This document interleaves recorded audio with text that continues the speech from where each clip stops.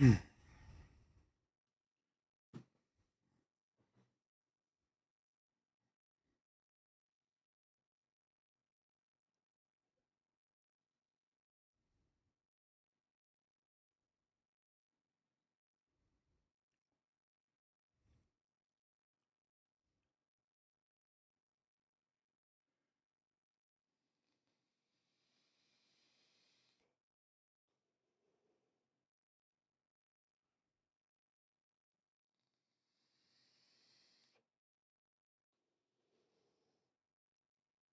Avedon, how you doing? Different, how you doing? Happy birthday. Thank you very much, Avedon. I really appreciate that, sir. Thank you, thank you, thank you. You're far too kind. Are you singing the song? I appreciate that, fam. Thank you so much. All right. Let me just get... There we go. Now I can hear myself nicely, and I can hear you guys, and everything's good. Avedon, I really appreciate you, sir. Thank you so much for that. Thank you, thank you, thank you. Doing birthday party after the stream? Devin, yes, I have Bible study after the stream, and we're gonna eat cake and hang out and stuff. So, yeah. Danmo, 18 months, part of the DJ Nation. Appreciate you, sir. Thank you, thank you, thank you. We should try to sing the birthday song. Did you think... I would like to see that. Let's see if chat can collectively sing the birthday song. But you can't repeat each other's words. You have to be, like, in unison. One person types, then the next person, then the next person. That's how it should work. Thank you, thank you, thank you. Wyvern, 24 months, part of the DJ Nation. Appreciate you. Thank you, thank you, thank you. How you doing, Wyvern? Danmo, thank you so much. Really appreciate the birthday wish. You are far too kind. First of all, audio. How you doing, sir? Okay. Let's do some... Get some music going. It's worth a shot. I'll assign an order. All right. Have it on, you do.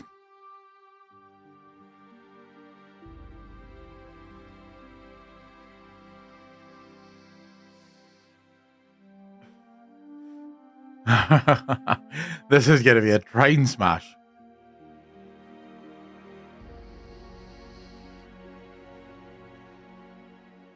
X-Rave, how you doing, sir? Thank you very much. Really appreciate you, sir. Thank you, thank you, thank you.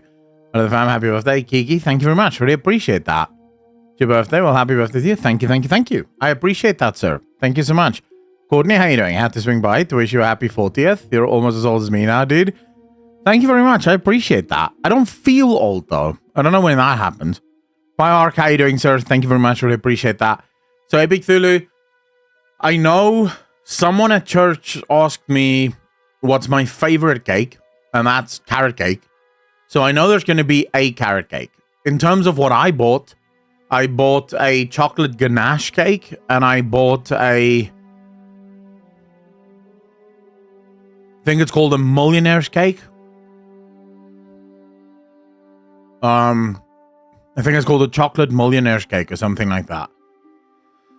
So I bought that, and then my brother bought milk tart. Which is like my favorite thing. It's about my second favorite thing, but I don't know what else, what other people are gonna bring. By that account, I'm ancient, 56. Oh shit, you date, bro? No, but I mean, when you get to 40, you're supposed to feel like an adult, no? Like, anyone that's older than 40 can tell me, when does the adult phase kick in? Like, at what point do you start feeling like an adult now? Adil, how you doing?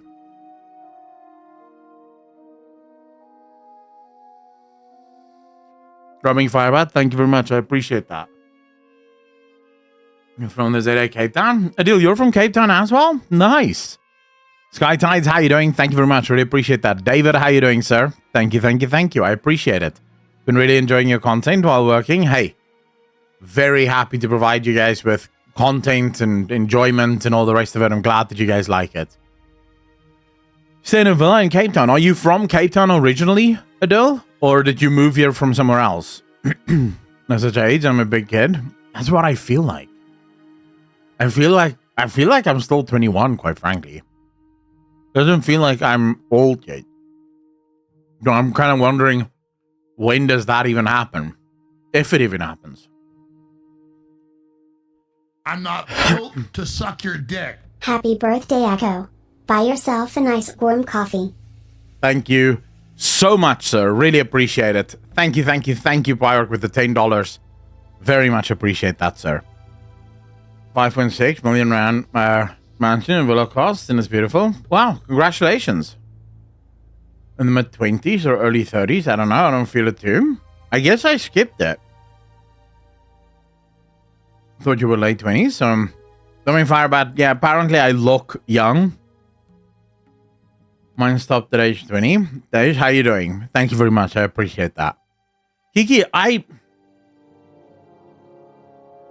be honest, I don't even feel my body really aging. I don't. And I know that's weird. Look how fat I am. I should be feeling ancient. I don't. I feel the same I felt when I was 21. Oh, damn. Dej, thank you very much. 16 months part of the DJ Nation. Appreciate you. Thank you.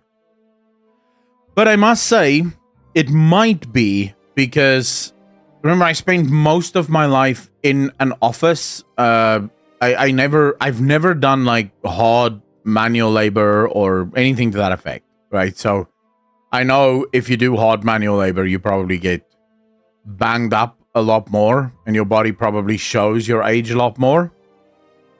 Thundercool, thank you so much. Really appreciate that, sir. Thank you. You're far too kind. According to WoW, to us staying young, Echo. Hey, it could be WoW. Oh, damn. Thank you. Appreciate you. Nice, dude. I'm happy to hear that. CCS, how you doing, brother? 50 months, part of the DJ Nation. Appreciate you, sir. Thank you. You're far too kind.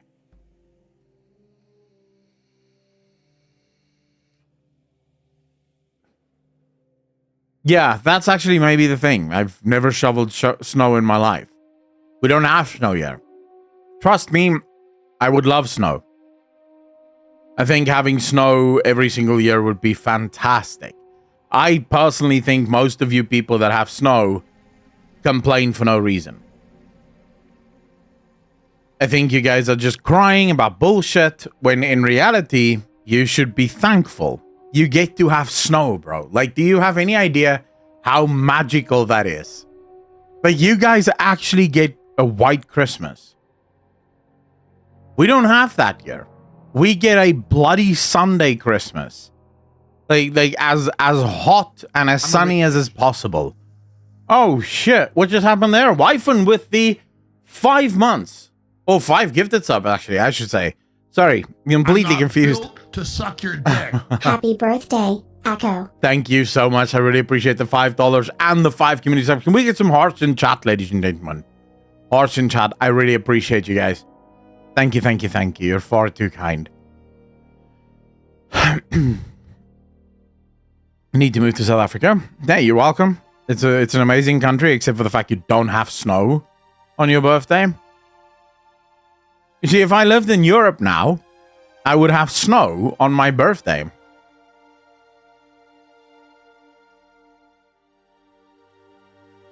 I live in a German mountain range, and when it snows, it bloody snows, so I can complain from time to time, especially when I can't go to work. X-Ray, I'm sorry, but it sounds to me like you're just complaining from a position of privilege. To borrow the language of the woke left. In Afrikaans we have a saying, jy kla met 'n brood onder die arm. Which directly translates to you're complaining with it's actually with twee wit brode onder die arm. So it directly translated means you're complaining with 2 loaves of white bread under the arm. Which that's literally what it sounds like, right? It sounds to me like you're bragging, sort of humble bragging. That's what you're doing. You're humble bragging. You're like, oh man, this snow shoveling thing is so tough on me. You know, my driveway is so big. I wish I had a smaller driveway so that I didn't have to shovel so much snow. Vesper, how you doing, sir? Thank you so much. I really appreciate that. You're in the Southern Hemisphere. We have a really hard time in summer. I feel you, mate. Hey, I'm Southern Hemisphere as well, so I know the feels. Southampton, UK. It used to snow when I was young, not so much now. Yeah, when I was in the UK as well, way back, like 2004, 2005, no snow, or very rarely snow. In Scotland, there was a little. Adil, you wanted to ask a question? What's the question? I'm crying already. The snow. Akko, take my snow. I will take your beach. You may have my snow, but you cannot have the beach. I like the beach too. The beach is lovely. For farmland, we do have 50, 70 centimeters of fresh snow in a single day, so it do get dangerous. Gotta love the Gulf Stream, ruining my winters. Yo, I found you on Twitch, usually catch you on YouTube. Future Length, thank you very much, dude. Really appreciate you being here. Thanks for the follow. Thank you, thank you, thank you. Good perv. I'll throw a book. What? What are we talking about here? Is perv short for something, or are you calling people pervs in chat? Okay, so if you do want to go to the beach to look at booties, you can, okay? But I don't. I used to. I don't anymore. Because that should just causes trouble. No, not because you get caught, but because you know. But yeah, there's lots of goals. Yesterday on the beach, though, and this is a problem. You can't not look. Trust me, I've tried. I've tried my absolute best to not look. You can't not look. Yesterday, I'm standing there, I'm drinking coffee, minding my own bloody business, right? I am not bothering anyone. I'm standing off to the side. So where we stand, you have the coffee, what do you call it? Caravan? It's like a little caravan that's been converted into a coffee shop. So you have the coffee shop on this side, then you have this sort of pavement, and the sidewalk pavement is where the runners run. And then on the other side, you have the sort of inlet to the beach. That's where the beach starts. So we're standing, coffee shop here, pavement where the joggers run. We're standing here, right? So next to the pavement where I'm standing there with my friends, having a coffee, not bothering anyone. And suddenly comes jogging by. Bro, I think this lady might have been maybe like 41, 42, 43, right? So it's not a young lady. But she is beautiful. Like, holy shit, bro. She is... The only reason I think she's like in her 40s is she was there with her daughter. And her daughter looks... I want to say 15, maybe 16. Like that awkward phase where they're sort of... They don't know if they want to be girls or if they're already women. That sort of age, right? So the girl looks very young, but also awkward. So I'm assuming sort of teenager. But this lady... Dude, I just looked. I was just stunned. I was just going, what? There's a man that has that woman as his wife. How lucky can one be? Like that was fantastic. That was fantastic. No, she. I'm chewing. I was at the store to buy the cake, and they found out it's my birthday, so they gave me these little mint thingies. I'm chewing one of those. Well, sucking on it. And you take a ride? And you'll take care of yourself? Thank you so much for hanging out. Really appreciate it.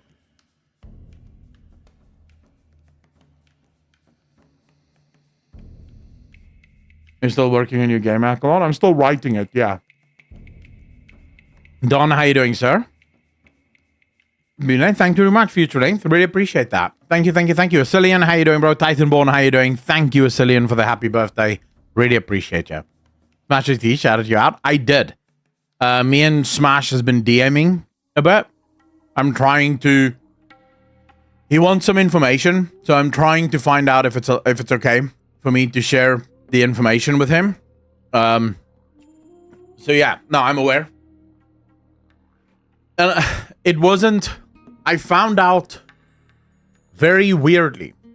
So I don't check Twitter all that much. For those of you that didn't know, I quit my Twitter. I deleted my old Twitter like maybe a month and a half ago. And since then, I don't really ever check Twitter because I can't do... I don't have anyone on Twitter. No one follows me. So who gives a shit, right? I barely go on there. So suddenly,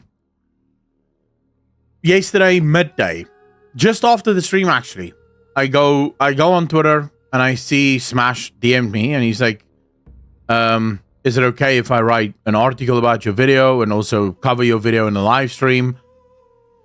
And I'm like, yeah, sure. And I genuinely didn't think anything of it. And then this morning, I wake up and I have something like, I think 700 or 800 extra subs. It's nuts. The amount of new subs that I've gotten. I have no idea. Like I had no idea. No, it's more. So I was at 18,000, I think 18,900 and something subs. I am now at 19,853 subs. And that's from one Smash JT article.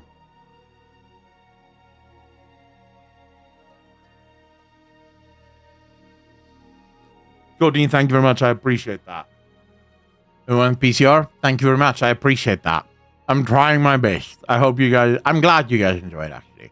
So even Smash JT, we've watched some of his videos in the past. I'm not sure if you were here for that. But he's also in the Culture Wars. Pretty prominent voice in the Culture Wars. But this is his website, and he has a YouTube channel as well. This is Smash's YouTube channel. Here's his video about it. And then you have this.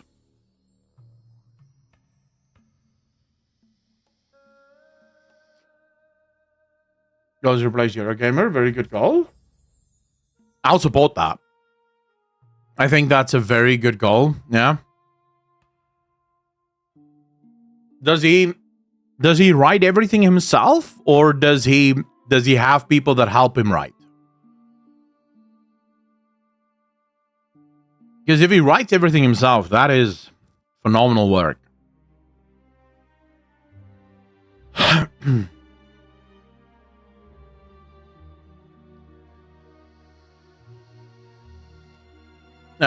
He covered the video about the Ubisoft Insider. Tiny channel, ignored and hated on YouTube. By YouTube. First floor, keep going. All I can give you advice on is keep going. You have no idea how many stories there are of people that for years struggled to get views, for years struggled to get seen, and then 6, 7, 8 years later, something clicks, right? And it's all learning. That's the thing that I think most people don't realize. It's all learning. You have to keep going, keep making content, keep learning what works, what doesn't work. What is your community like? What don't they like? Where to spend money and time, where not to spend money and time, because not all money and all time is spent equally. And eventually your audience will find you.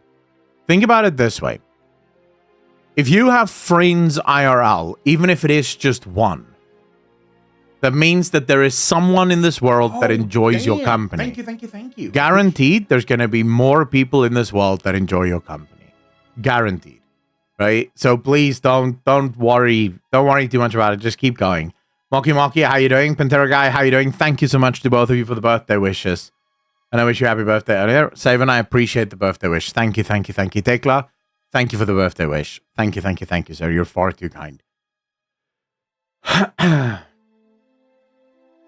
Hey, the Zurja. Thank you very much for the follow. Really appreciate you. Thank you. You're far too kind, sir. Grofal, what on earth are you doing, sir? Thanks for the birthday wish, by the way, Grofal. So, apart from the fact that it is my birthday, and that all of you have been very gracious and wishing me happy birthday, what are you guys doing? It is the middle of the week. We're almost on the weekend, but not quite yet. what are you guys up to? I mean, the year is now finally back in full swing, at least here in South Africa. So school's open today. The only reason I know that is because it was always a curse for me on my birthday. Because it's your birthday, but it's also always the first day of school. I was always like, oh, what a bad day for a birthday. I'm assembling a vermin lord from my Skaven army. Okay.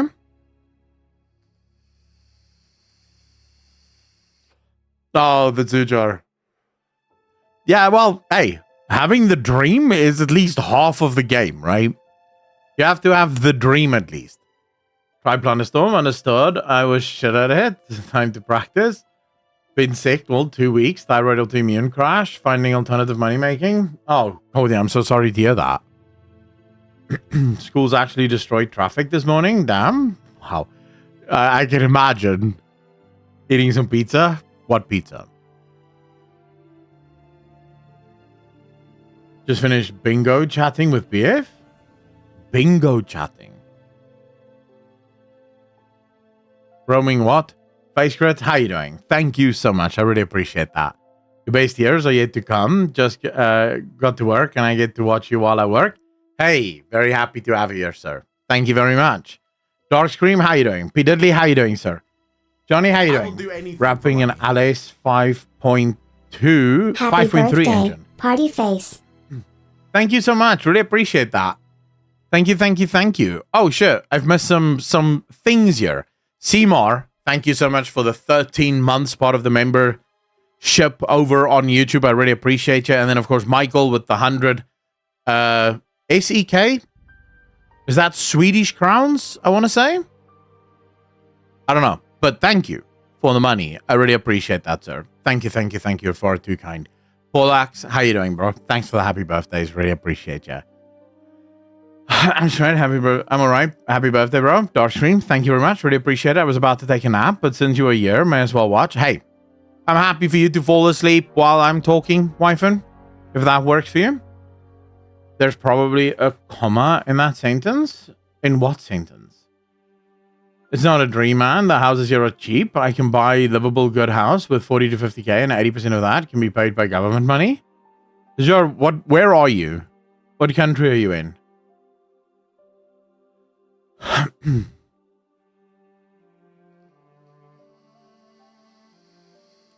Oh, Eastern Europe. Nice. Michael, please do not apologize ever. I am blown away by the fact that you assholes sit here and watch me just shoot the shit. I genuinely don't expect money. So please don't worry about that. To highlight how little I give a shit about money, I think I may be the only Twitch streamer in the history of Twitch that has never done a streamathon. Ever. I've never done a streamathon. I've never even suggested that I'll do a streamathon. Even though everyone says you want to make money, do a streamathon, it's big bucks. I couldn't give two shits. I don't want to. So I don't do it. I just want you guys to hang out with me and have fun while you're doing it, right? If that is what you get from this stream, then I am happy. I make more than enough money on YouTube to live reasonably good.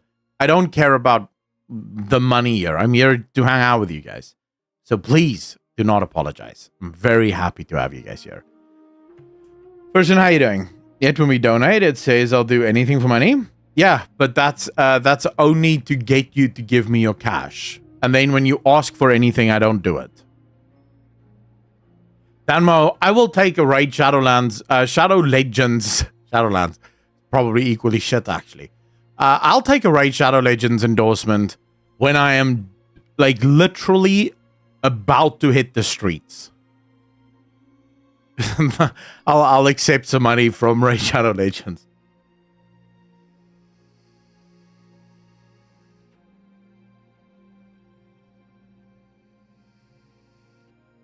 Actually, Saven, you're not wrong. I weigh the amount of money I can make with a streamathon to the amount of effort that a streamathon would be. And I just go, shit, just too much effort, that actually. I just will not do that. It's fine. I'll just do 3-4 hours a day You know, just have fun. That's far better than doing streamathons. Plus, I actually feel like maybe I'm talking my ass here. Maybe you guys tell me, no, that's not how we feel. But I have a feeling most viewers have figured out streamathons are literally just masks for streamers bleeding you with money. I have a feeling people may have figured that out already.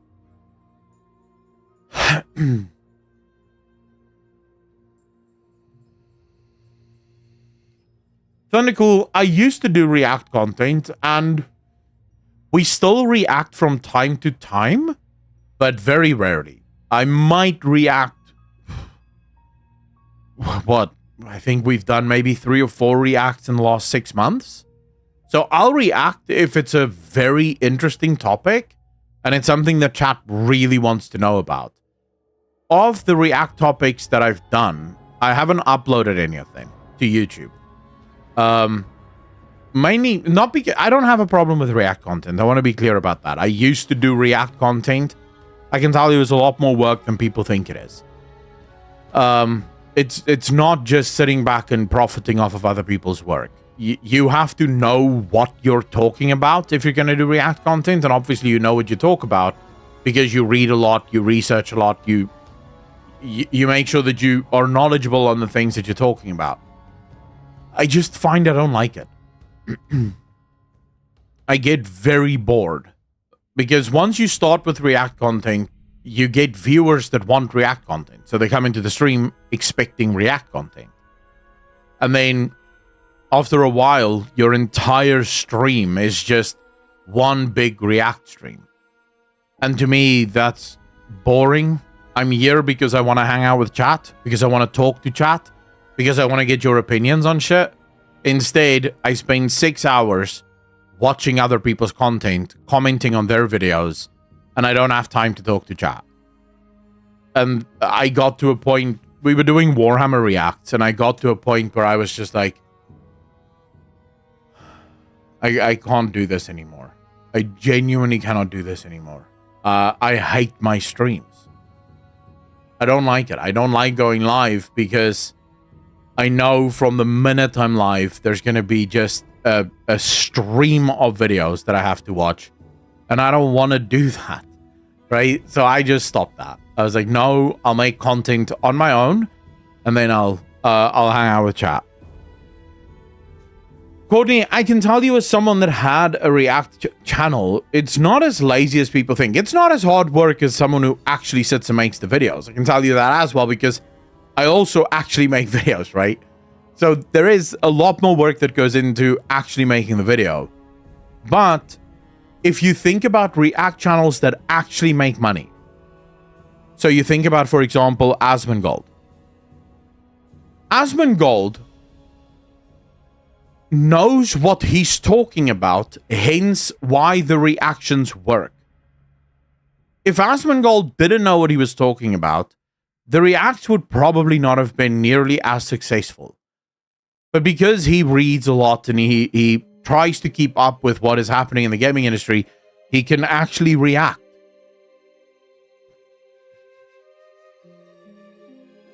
You seem more serious now, though. You go online when you feel like it. Pretty much, yeah. Out of interest, how successful do you have to be as a South African YouTuber to make the same living as your average office job?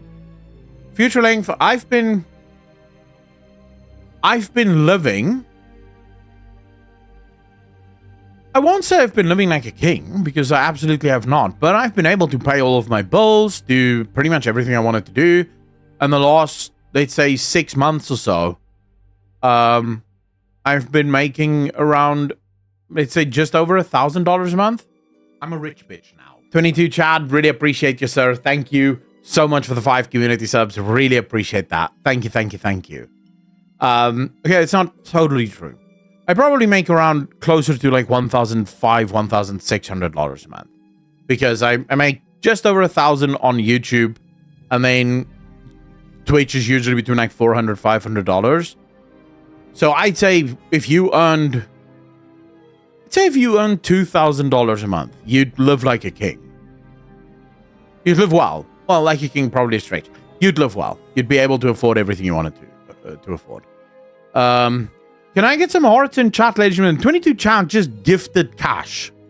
Like the dude just opened his wallet, gave a bunch of that to me, and I don't see a single heart in chat.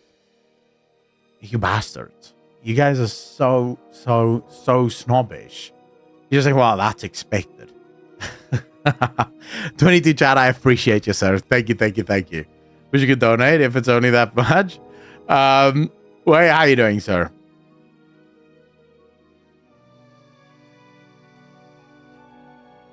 Came to say hello here too. Zajarka, I really appreciate you. Thank you, sir. Excuse me. Okay, wife, and yes, you gave hearts, so I appreciate you. I very much appreciate you. It's everyone else that didn't want to give hearts. Xenomics, how you doing? Thank you so much. Really appreciate that. But yeah, you can, I mean, it's not as much as I used to earn, to be fair. I took a massive pay cut. When I started focusing more on Akalon TV, obviously that left a lot less time for my main channel. When I still hard focused only on Akalon, so not Akalon TV, basically just doing WoW lore, my salary was closer to about $6,000-$7,000 a month. But I almost have a 50k subs on there, right? So I was doing pretty well on that channel.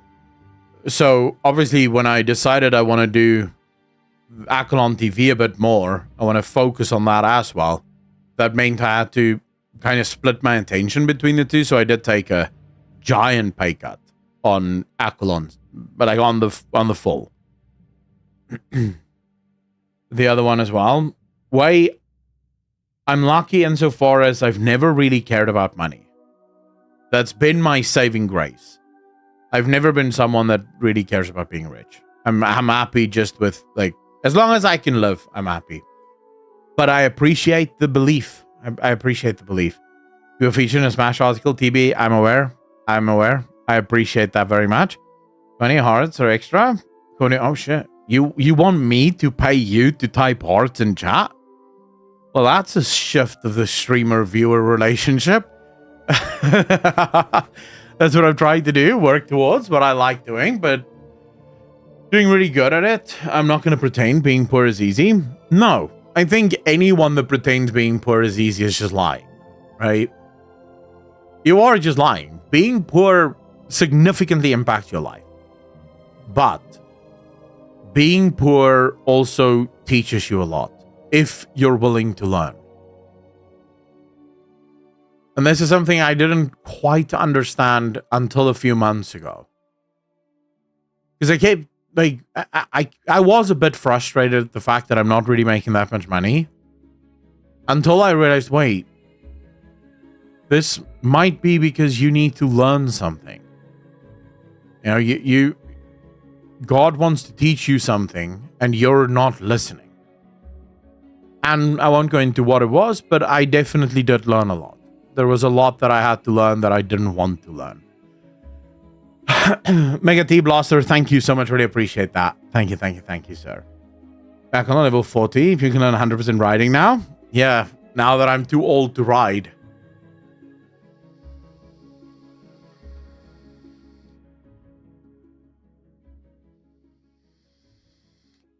Thank you, TB. I appreciate that. I don't know if you guys saw the... Oh, what was it? I wanted to talk to you guys about this, and now I'm completely forgetting. Oh, I don't know if you guys saw my newest video, the video that came out today. But, well, I don't think you would have. I was live already. But did you see the CI Games COO? Dude, CI Games is going hard on the anti-woke stuff. Like, they are embracing the anti-woke, which of course makes me super happy, right? Because so last night, a viewer, or a player rather, comments on Twitter and complains about type A, type B body types. And so this dude goes and he says, okay, let's do a quick let's do a very quick poll here. How do you? I want to show you guys this before I continue this. Let me see if I can quickly find this guy.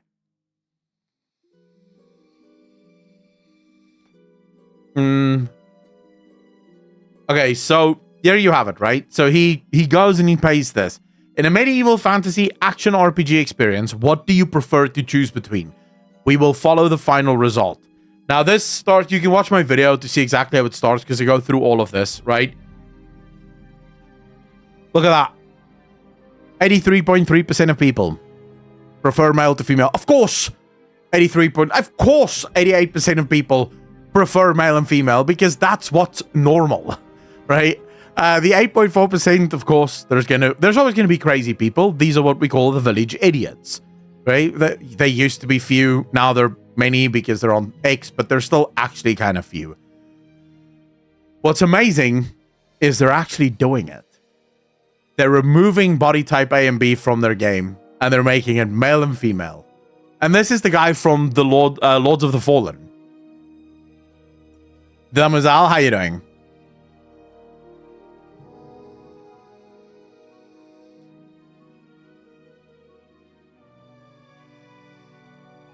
Don't want to bring politics up too much, but it definitely seems like an anti-woke movement is happening.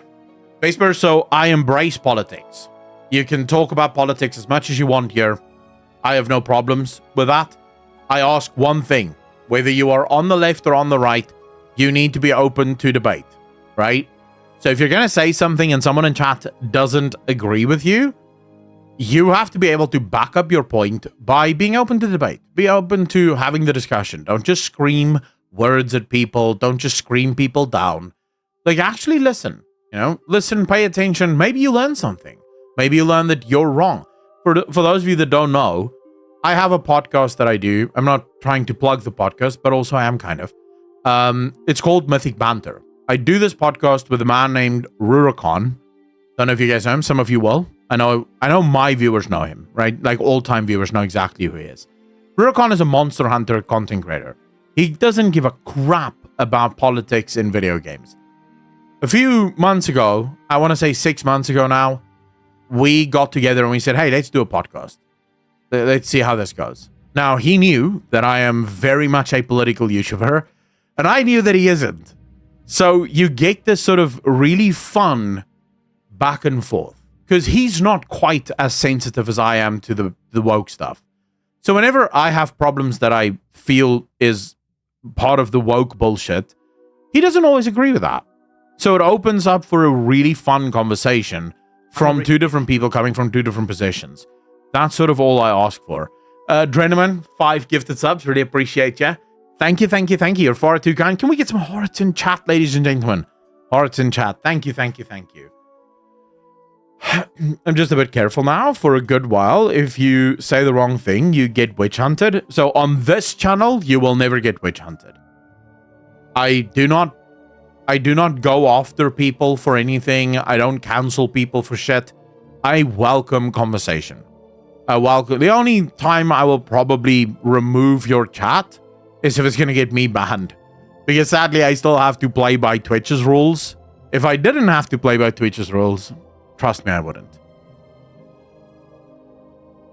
TB, thank you very much. I appreciate that.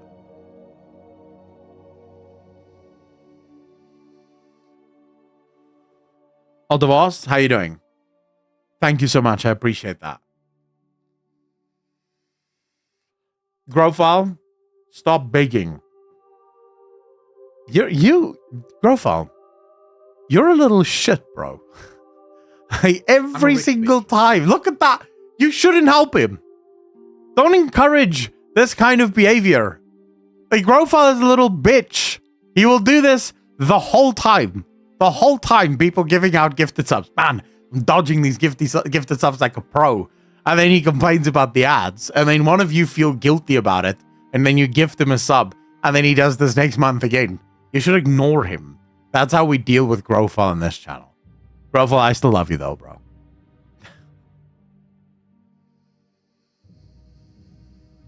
I didn't even remember the Tau bullshit, but that actually makes it worse.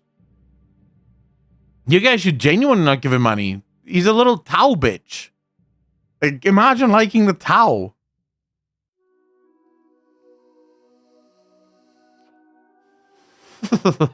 See, Phineas, that is actually true. He is a Tal liker, so it isn't my subs, it's our subs. Be better. I gladly watch ads to support my lad over here. Thanks very much. I appreciate that, sir. I think you give topics a fair shake is good. Not a lot of people do that nowadays, I think. I try. Kratos says, boy, how you doing? Happy birthday, mate. Came across your channel recently and your videos are excellent. Big up, big man. Thank you so much, sir. Thank you. I really appreciate that. You see his setup, though? He clearly needs our help. Also true. What did I want to show you?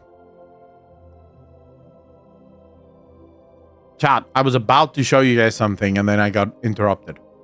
I think I interrupted myself.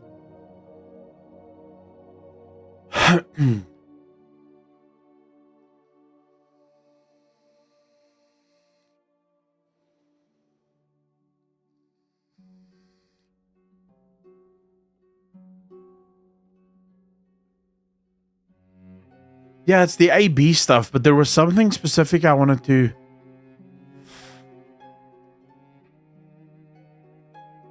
It was related to that, but it wasn't that. That wasn't what I wanted to talk about.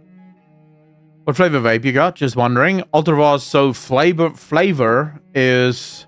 The one I'm currently smoking is this. Fruit juice lychee. But then I also have fruit juice, passion fruit over here. And I just finished mango, which is another one that I have. So yeah, I kind of... Well, if it's a fruity flavor, I'm all right with it.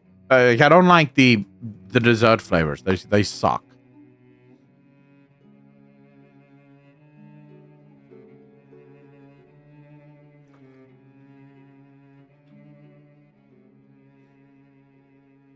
But yes, to answer your question, I do believe that we are in the... I believe we're in the beginning stages of a massive cultural correction. And I think what a lot of us need to do, I think what a lot of us need to remember is to have a little bit of grace with those developers that went with it for a while and not just immediately believe that these guys are just grifting, you know, they're just changing with the winds, whatever. Because I do think there's something to note here. The media managed to build this incredible echo chamber around the whole of the gaming industry, where if you were a games developer for the last 5 or 6 years, you would genuinely have believed that the only way to make good games is to make games for progressives. It's to make games as progressive and as left-wing as possible. So obviously, since developers just want to make money and they want to be able to pay their employees, they want to be able to pay their devs, they try to do as little as possible to keep everyone happy. You know, so maybe you did end up with a Lords of the Fallen using body type A and B.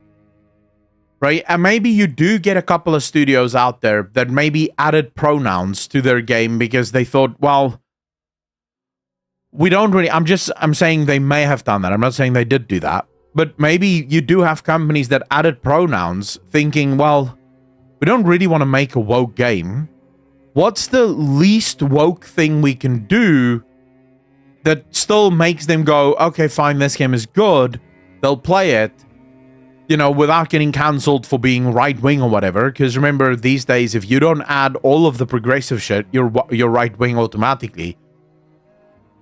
But I think what's happened is that screen, that dome that the media had erected around the gaming industry has started to shatter. There's cracks appearing everywhere in it.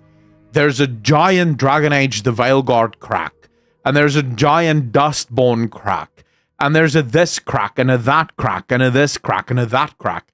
And the cracks are starting to appear everywhere. And what's happening now is all of these developers that genuinely didn't care about any of the woke stuff. They just wanted to make good video games. I will do They're now finally able to look through these cracks. HBD to my big buddy Echo. I appreciate that, sir. Thank you, thank you, thank you. They're able to look through these cracks and go, but wait a second. There's a giant audience on the other side of this dome that don't want any of this bullshit. They don't want the woke stuff. And I think this is where games like Lord of the Fallen come in. Right? These developers, after finally seeing how successful games are when they don't cater to politics, when they finally see how most gamers don't give a shit about woke stuff, they were like, wait, we don't have to do this crap? Like, we can just say male and female and that won't kill our game? Like, we can just make good games and we don't have to worry about politics? Cool. Right? And now we're starting to see them come back. We're starting to see them reject the woke narratives and say, let's just make good games again. And I think that's going to continue to happen. I think that's going to continue to roll out. Skydock, how you doing? Thank you so much. Really appreciate you. I think we should remember to be gracious and to have a little bit of forgiveness for these developers that may have gotten a little bit, turned around. And then Auburn Dad, $2. Thank you so much, sir. I really appreciate the dono. Thank you, thank you, thank you. But then I also think I think it's going to be slow. It's going to be trickles. And we're going to start seeing it more and more. There's going to be, every once in a while, there's going to be a little bit of water streaming down of another studio going, screw this woke stuff. And then a little bit more. And then a little bit more. And then finally, it's going to become a constant stream of games rejecting the woke stuff. And as they see the money, the industry start to heal. Because remember, what have we been hearing for the last 3 years? Oh, the state of the industry. The state of the industry. Not realizing the state of the industry is you. Like, you're the reason you're not making money. Gamers have not stopped buying games. We're all still buying a shit ton of games. We're just not buying your games because your games suck. Right? It's too political. It's bullshit. It has nothing to do with the state of the industry. The industry is fine. There are so many indie developers that are making bank at the moment because of your bullshit. So it's not the state of the industry. And as this continues, we'll see even more and more and more of this. Because for a lot of these developers, they didn't want to be alone. They didn't want to feel like they're the only ones. And they're finally starting to realize, wait, but the grass really is greener here on the other side. The anti-woke crowd really is the better crowd to be making games for because we're the majority. And then, of course, you should already accept that not everyone will be saved. There's going to be studios that is just so far gone. I discussed it yesterday. And the video is coming out in a couple of 45 minutes. In 45 minutes, that video will be out. There are companies that will not be saved. Right? Companies like Blizzard, companies like Riot. These are companies that are so entrenched as a result of really bad timing. For Blizzard, it was the lawsuits. Those lawsuits devastated Blizzard. Because thanks to those lawsuits, the wokies were able to take control of the company, and now they have that company in a vice grip. It is immovable, right? You cannot move within WoW. You have to be progressive or else, even if it means the death of your game. Riot is the same. Riot also had a number of lawsuits at very inopportune times that allowed for the progressives to grab a hold of that company, and so I don't think Riot can survive it either, just because they're so entrenched in it. But for most of the other studios, I feel like they might be fine. Ubisoft won't survive it because they're just run by a bunch of idiots. Like, even if Ubisoft went full-blown anti-woke, even if Ubisoft announced tomorrow their next game is called Assassin's Creed The Woke Killer, and the entire game is just you assassinating a bunch of media journalists, they'd still not make money, right? Because they're so terribly managed that no one can make money running that company, right? So for Ubisoft, I think it's not even a case of being woke or political or not political. I think Ubisoft's just screwed. Which is very sad because I feel very bad for some of the really good developers there. But it is what it is, you know?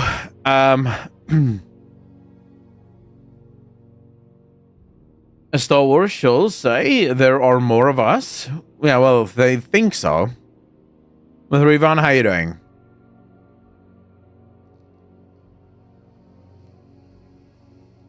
Find a boss, Alyssa, and you have to first fight her.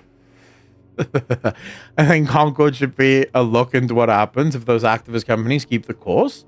Nothing wrong with making games with that idea in mind, but they can't complain when they sell crap wool.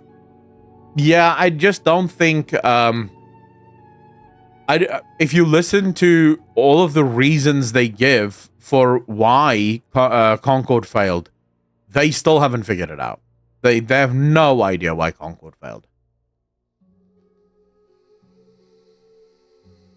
Damazal, you and me both. Just kidding, name the games I have. Both are from Russia, China, and Japan recently. Don, the issue isn't even that it's diversity that's killing them. It's political diversity that's killing them. You see, I think the problem is that a lot of people, and I'm not saying you guys, I think most of you fully understand this, and I think most of you agree with this. The problem isn't diversity. The problem has never been diversity. Go throughout the history of gaming and you will find diverse games, right? All games have always been quite diverse. I don't know where this narrative came from, that games used to just be white. I'm not talking to you specifically here, Don. But games have never just been white, right? Games have always been very diverse with male and female characters and people from all races. Look at Mass Effect, for example. There were plenty of people from multiple races in that game, and no one gave a crap. The problem is political diversity. That's where the issue comes in. You see, because now you politicize the issue. Now it goes from just having a representation of the world, right, which is perfectly normal. No one, and I promise you this, not a single person played Mass Effect, except, of course, maybe like some Ku Klux Klan member, but I don't think they're playing video games. They're far too busy cutting holes out of sheets in order to be playing video games, right? So maybe like some KKK member, they were very triggered that Captain Anderson wasn't, you know, a stoic white man. But no one played Mass Effect 1, and their instant thought was, oh, who's this black man giving me orders? Like, no one gave a shit. That's Captain Anderson. He's your superior, right? And he's a fighter for Earth. And he's cool. Right? So no one gave a shit about any of this. But that's because it was never politicized. They didn't try to make it a political issue. So the problem really is just politics in video games. That's really as simple as it is. It's that most of the developers nowadays don't think about the video game first. They think about the politics first. And the video game follows second, third, or fourth, if it's even a priority. And of course, that's why it fails. And that's why it will continue to fail.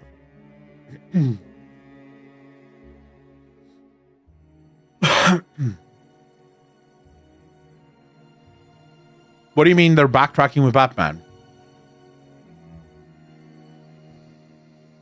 Don, that's actually a really good way of putting it. They are treating people as accessories. Right? It's not a human being. It's an extra. It's a thing that you need to have. I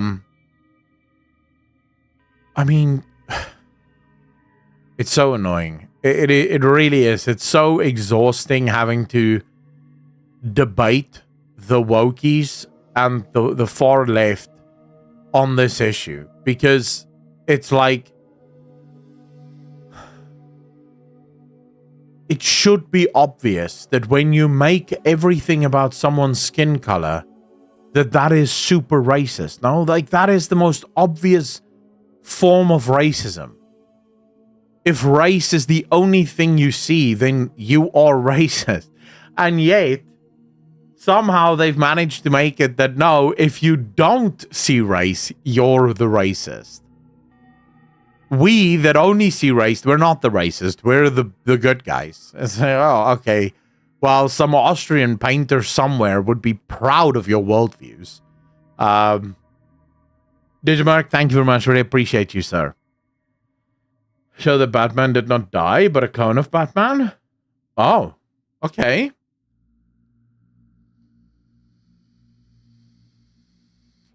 Derek, I agree with that.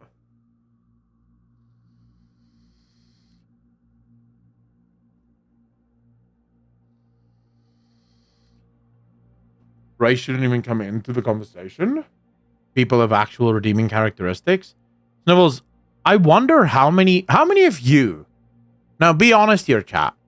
How many of you, or let me ask you like this, how much time in a day do you guys spend actually thinking about your race? Like, how often in a day do you think to yourself, man, I'm a white man? Nice. Never, right? Like, that's not even how, if I asked you to describe yourself to me, you wouldn't even say white man, because that's not what you think about when you're thinking about who you are, right? That's not how you would describe yourself. You would probably describe yourself, if I asked what do you look like, you'd say your eye color, maybe you'd say your hair color, you know, maybe you'd say how tall you are, if you're fat or not fat, you know, that sort of. But if I asked you, describe who you are, your personality, again, you're not going to start with I'm a white man. You're going to start with everything but the color of your skin, because that's not how people think of themselves. If I may ask, the people in chat, Lazul, how you doing? Thank you very much. Really appreciate that. If I were to ask, if we have any non-white people in chat, right? How much time do you spend thinking about your non-whiteness? Because I would also bet very little, if any. Because that's not how most people identify themselves. Most people don't think of themselves through the lens of the race that they happen to be. They think of themselves as far more than that, right? Like, the race is sort of just a thing that they're in. You know, that's just sort of like an extra thing that they have. They think about all the other ways in which they are special. So to make people into only caricatures of their race, it's not only highly offensive, which it is, but more importantly, that's not how representation works. You don't represent me purely by making a white character. It's not how I feel represented. I need to see a personality trait or an action or a motivation that I can associate with. And if that's there, then I'm entrenched, you know? I'm bought in. For example, I played CD Projekt Red's Cyberpunk 2077, who V is not a white man, V is Hispanic. Right? The whole story makes it clear that V is Hispanic. But V's personality and the way that I shape V's personality works for me, right? It connects to something inside of me, and so I can absolutely identify with V's character. It has nothing to do with race. It has to do with personality traits. It has to do with actions and motivations. That's what representation means. That's when representation is done well. You write a full character, a character with a full personality, and you hope that other people connect to this personality.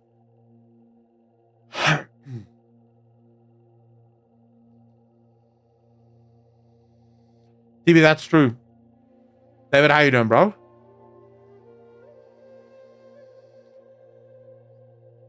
David, I appreciate that. I made a comment that I felt bad for Corinne Bush because instead of race, they just narrow themselves down to just being trans, like trans is everything, and it shaped their entire life. Toxic, thank you very much. Really appreciate the happy birthdays. Thank you to everyone. If I missed you saying happy birthday, thank you. I really appreciate you. Yeah. I find I have quite a few trans people in my community. And the one thing that I appreciate about every single one of the trans and the gay people in my community, because I do have quite a few, because you'd be surprised how many gays and trans do not like any of this woke bullshit. But the thing that differentiates them from the people like Corinne Bush is, unlike Corinne Bush, they don't view themselves as purely trans or purely gay. They just happen to be trans or happen to be gay. Their personalities is far more nuanced than just that. Right now, from there, we can have different conversations. You want to get into a religious debate with me? Is it sin? Yes. But we're not having a religious debate right now. We're having a cultural debate, right? And so, from a cultural perspective, I don't mind. I don't give a shit. Do what you do. You're an adult, right? Leave the kids alone, though. That's where I draw the line. That's my one line. Leave the kids alone.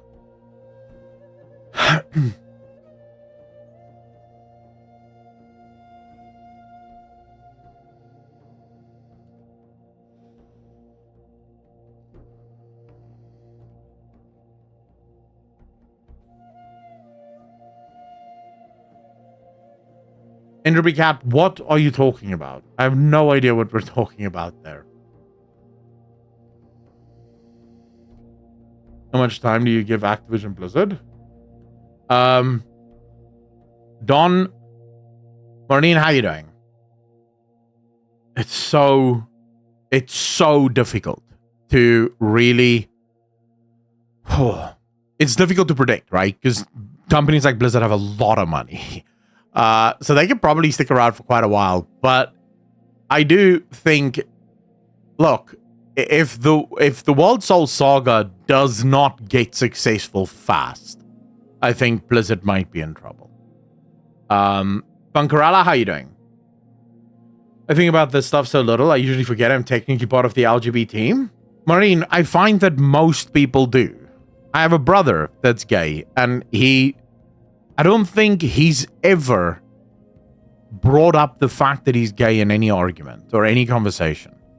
And not out of like guilt or fear or anything. He literally, the day my brother came to me and he was like coming out, you know, he was so stressed, so worried. And he said, I have to tell you something. I'm like, what? I said, I'm gay. My first response was, oh, I didn't know that was a secret, but okay, cool. I guess, happy for you. I couldn't give two shit. It was obvious from day one, right? But he's never brought it up. Like he doesn't think of himself as that, and I have no problem with that, right? If from a social perspective, I have no problem with that. Ubisoft will sink. Tencent isn't going to save the Guillemot family and don't want them involved.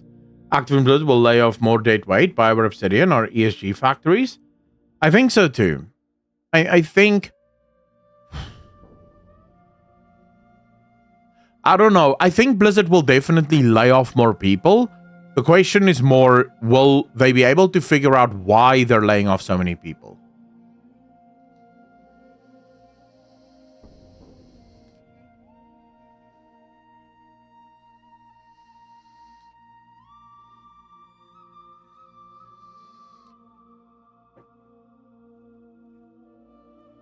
Grofile, you're not starting to beg for a new keyboard now, are you? Like, bro, you already got a sub.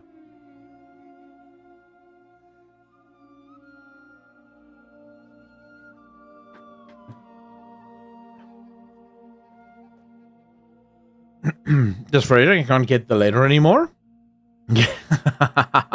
Extra, if Grofile is the evidence and the proof, if proof were ever needed, that it's not just women that are gold diggers.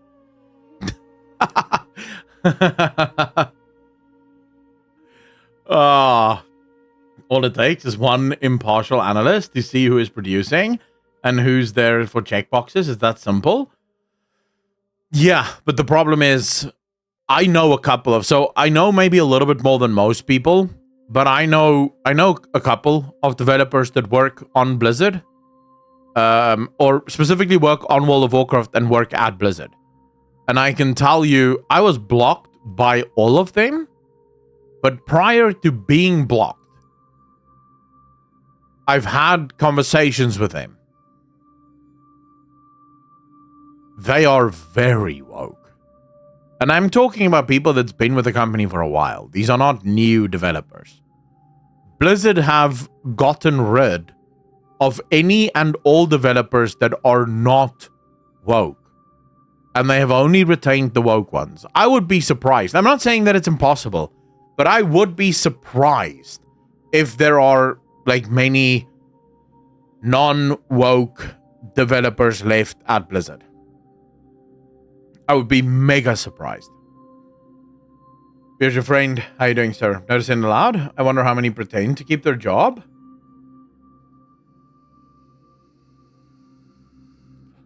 Well, Seven, that's exactly it, right? That's exactly my point. The problem with Blizzard is... Yoda, how you doing? The problem with Blizzard is Blizzard really is locked in California. Unlike most other gaming studios that have studios sort of all over the world, Blizzard has one studio, and that is in California. I think they have another support studio, I think, in Canada. But from what I understand, that studio isn't... they're not developers. They are customer service people. Right? It's the same with in Europe. Blizzard have an office in Europe, but it's customer service. It has nothing to do with actual development. So the development staff at Blizzard is all locked into California. I don't know how you can live in California and not be super woke. Like, you have to be, right? You have to be mega woke to live there.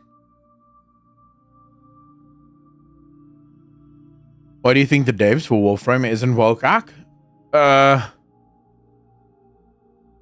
mean, Warframe isn't that large of a studio. They have a large game, but they're not a large studio. You know, I think they're still AA. A lot of AA actually isn't woke. A very large portion of the AA system is very based. I live in California. I'm not woke at all. Sean, where in California? Because almost everyone I know that live in California that isn't woke doesn't live anywhere close to LA. Or I think someone I met said there's like, is it northern suburbs? Like massive, it's like very much outskirt suburbs that are conservative for LA.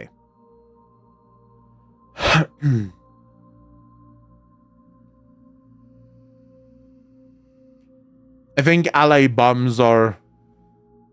Yeah, I don't think they're woke. I think they know who to vote for. Like, if you're a homeless person in California, you're not voting for a conservative, because you'd be screwed, right? You're voting for Newsom because he's giving you free needles and shit. Like, why wouldn't you vote for Newsom?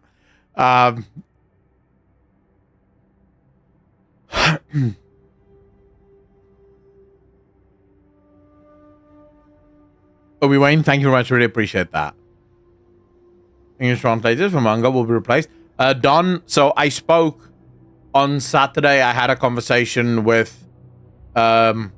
she can reveal herself if she wants people to know that it was me and her that spoke.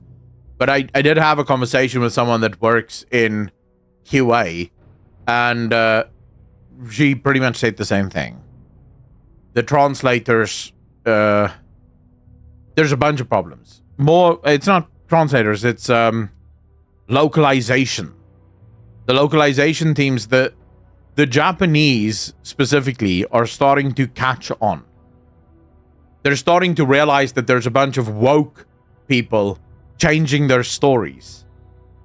Because before they didn't really know, because they don't really speak English, but they're sort of starting to catch on, wait, that's not what we wrote.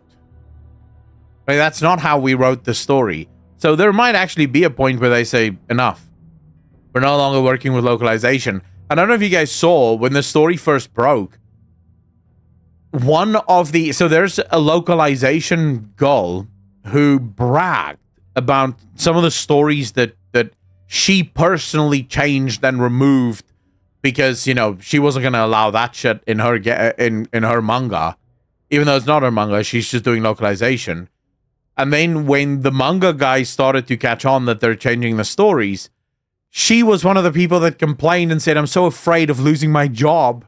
It's like, bitch, you are literally the reason you're losing your job. What are you talking about? Like, how can you now suddenly try to complain and have people feel sorry for you? You took someone else's work, right? It's not you didn't write this. Your job is to translate it and localize it. You took their work, politicized it, changed it, and now you're afraid that they're going to stop working with you. That should not be surprising. That was always going to happen. Yeah, you know, it's crazy. Vesper, but there is a massive complex, yeah.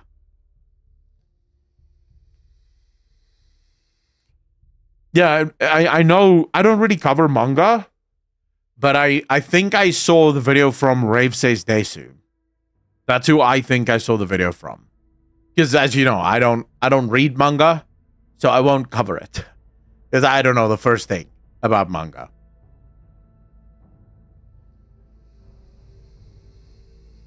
I just want all of you to know, though, if any of you pulled the shit that the game developers and the localizers in gaming pull, you'd be fired from your job. Did you know that? Like, in no other job, business, or career can you be that much of a dickhead and not get fired.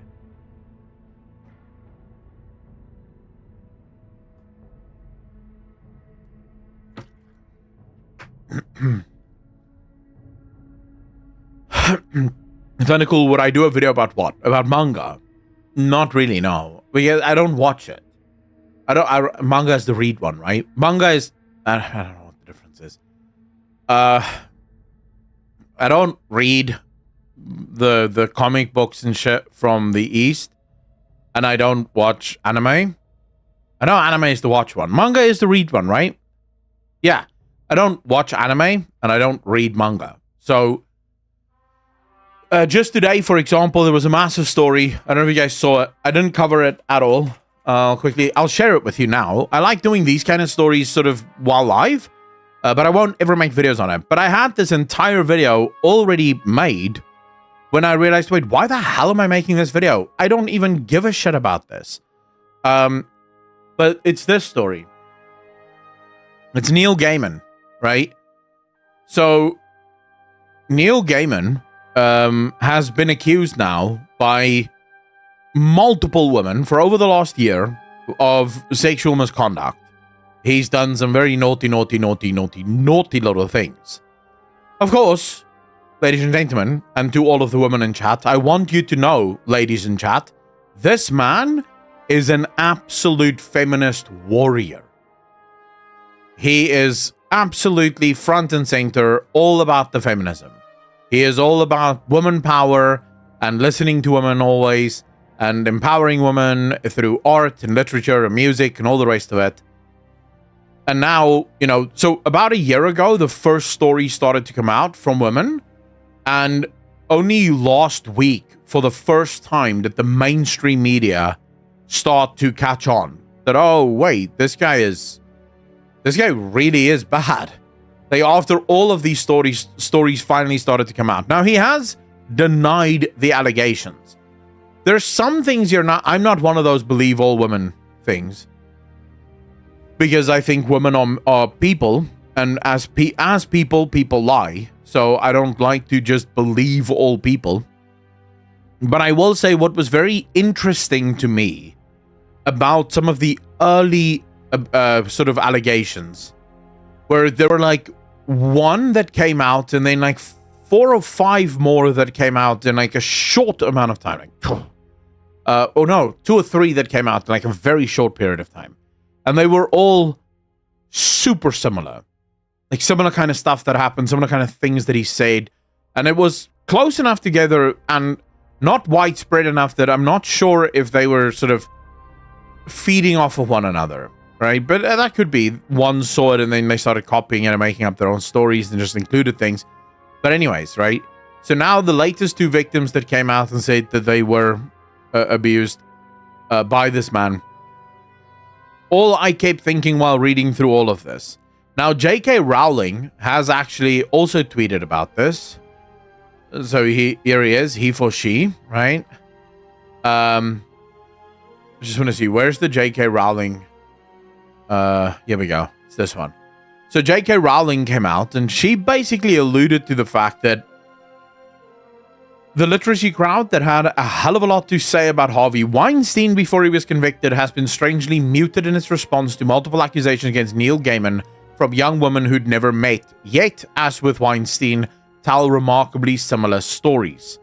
So J.K. Rowling seems to be convinced that this man did in fact do what he did. Elon Musk then tweeted, "Their silence is deafening." Now again, I don't think this is enough to convict the man.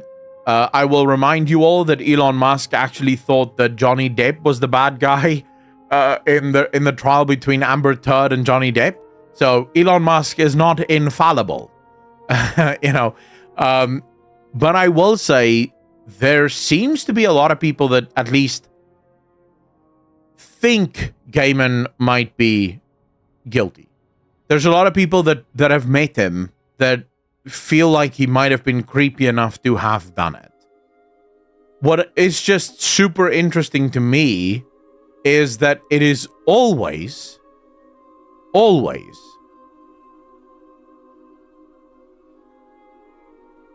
these guys. Always.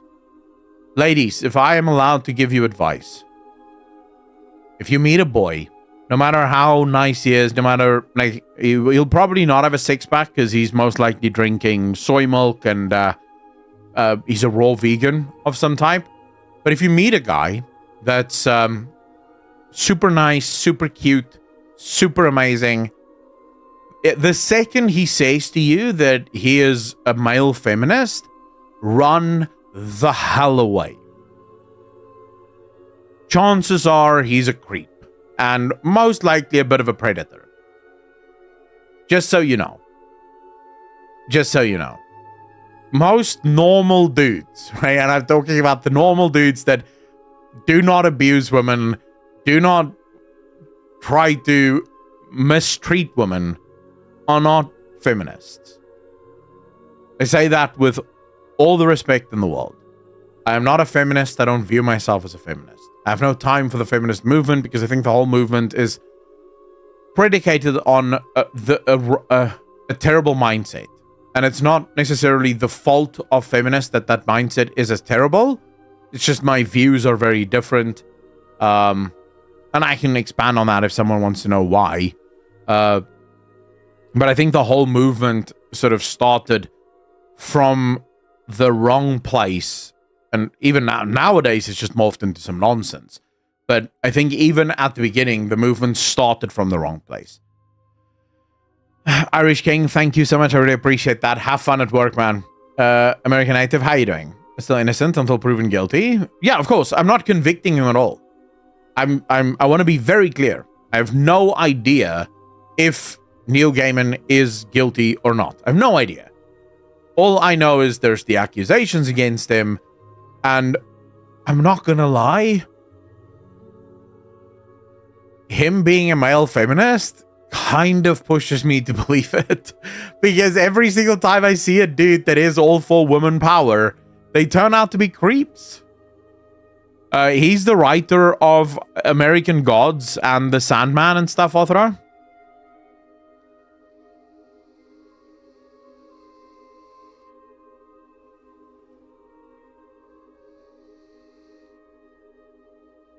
Hey, Ru, how you doing?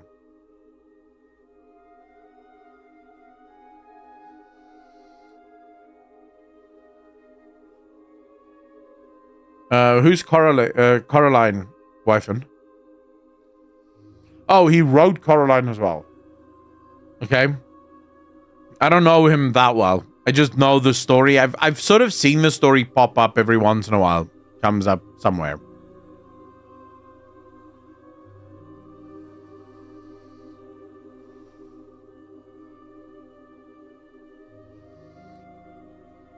Darshroom 2. So actually, the Damosal. Moni, thank you very much. I really appreciate that. My view will piss off a lot of women until they really start to think about it, because it pisses off a lot of men as well. I made a video on it once, and a lot of men got very angry about that. A lot of men got very angry. Simon, thank you so much. I really appreciate that.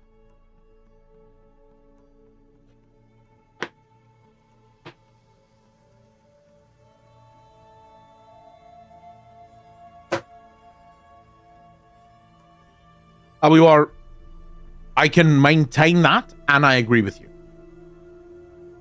So I actually, and I think I've said this to Rurikon once, I'm actually of the opinion that if you go public with an accusation of sexual abuse or anything like that, and you did not open a police report, right?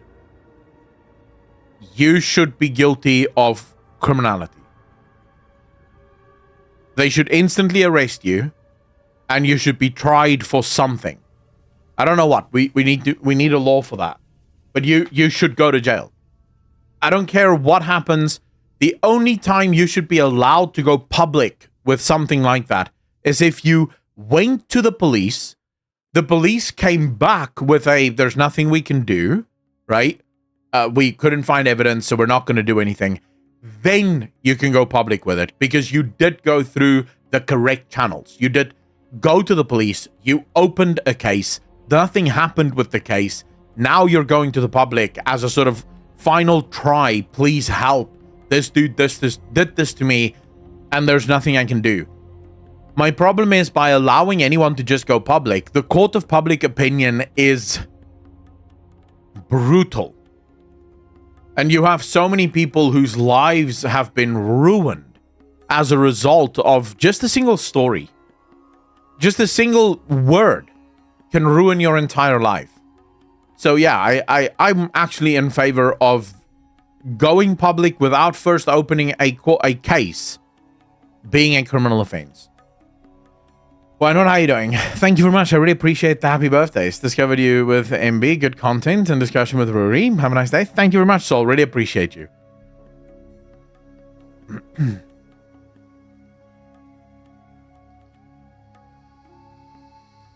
Snubbles, and you have that. I believe it was it in South Africa, or was it somewhere in the rest of the world? This happened like during the Me Too movement. It was a young guy at university that was accused of SA, right? He got expelled from university. He could not get a job as a result of this allegation. Because obviously you're an employer. This dude is telling you I didn't do it, right? But the employer looks at Harvard University or whatever that expelled you. Obviously, they wouldn't just expel you for no reason. And then something like 7 years later, this girl finally comes out. This happened late last year. The girl finally admitted she lied. 7 years. This guy's life is ruined, right? He's done. And now she comes out and says, oh, I lied about the whole thing. I feel bad. Sorry. I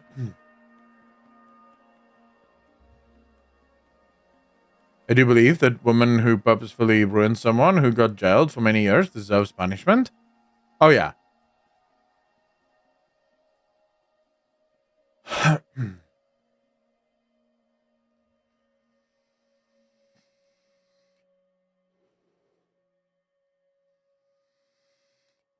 Basically, I can agree with that.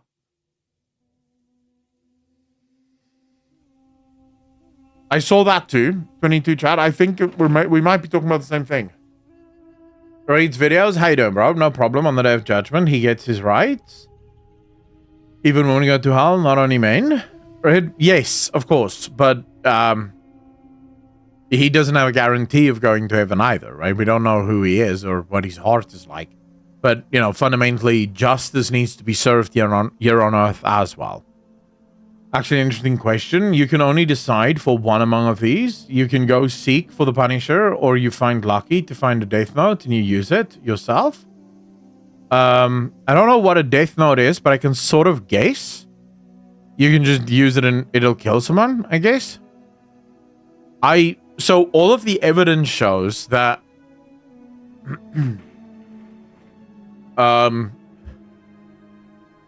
capital punishment does not bring what's it called? Does not bring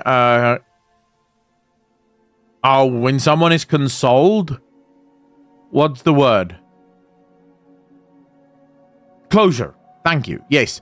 Capital punishment doesn't bring closure. The only thing that brings closure, funnily enough, is forgiveness or vengeance.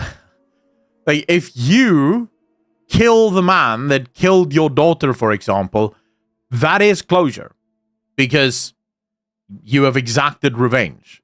Now, that does come with a bunch of other problems. Forgiveness is almost always the better option, but instead, what they actually find, what they actually find is capital punishment makes people feel oftentimes more empty than what they felt like before. So I'm not against capital punishment, just to be clear. I think if there are people that are so evil that we shouldn't be wasting the taxpayers' money on keeping them alive, they should just be put out of society because they are evil. So I'm not against capital punishment or the death penalty at all. I actually think it's perfectly normal, and it should probably be done a lot more for very evil people. And I also understand the nuance of that debate, right? So I'm open to changing my mind because I do know that we have so many cases of people being on death row and then it turns out that they were not even guilty in the first place. So I understand the arguments for all things. I understand that it's a very nuanced and very difficult topic. But I don't think that capital punishment should be done as a form of closure. I think it should just be a form of punishment. We shouldn't try to sell it as anything more than that because it doesn't bring closure. Sneeras, how you doing?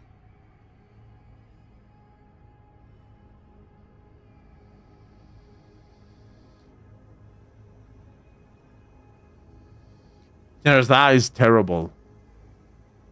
That is so bad. And you know what's the worst part? Kids obviously know that that gives them power. And so, of course, they'll use it.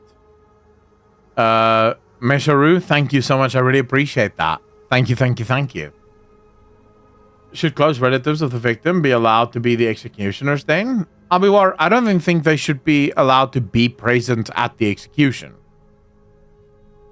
Like I said, it should be a punishment only. It shouldn't be for closure.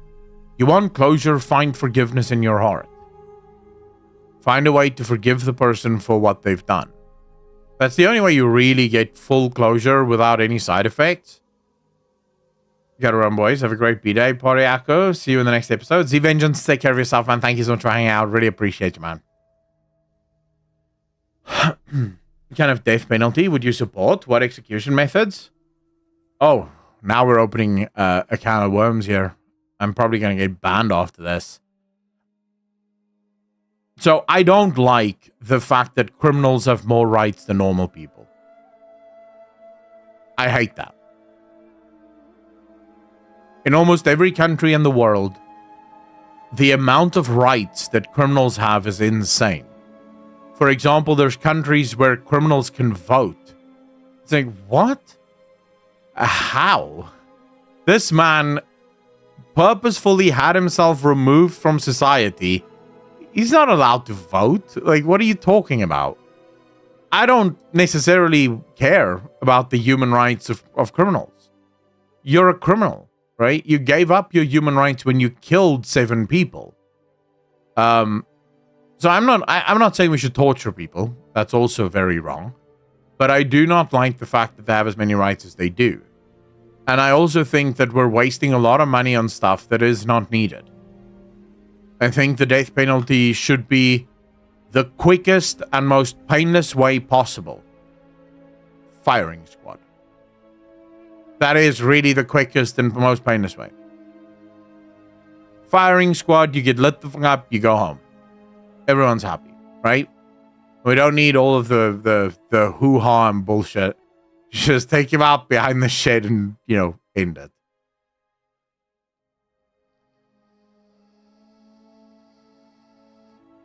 I don't know why. Why did we stop doing firing squad? Does anyone know?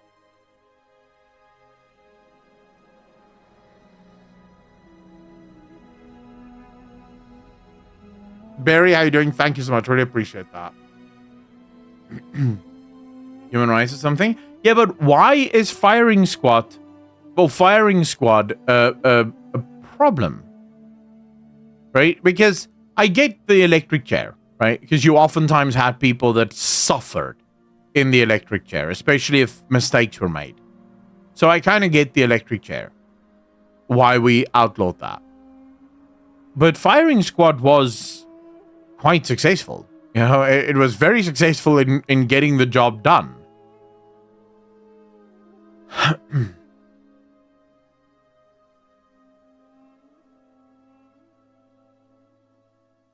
Too many politicians were on the list. That could also be true. It costs more money. You think firing squad would cost more money than just having, or than the chair, than lethal injections?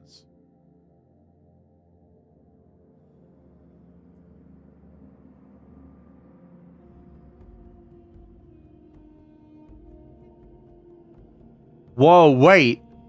Utah killed a man by firing squad in 2010. No way.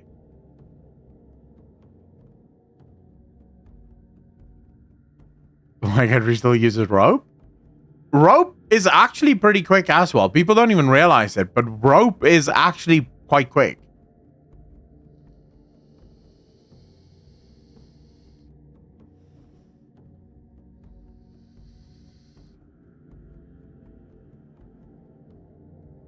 Short drop at a stop.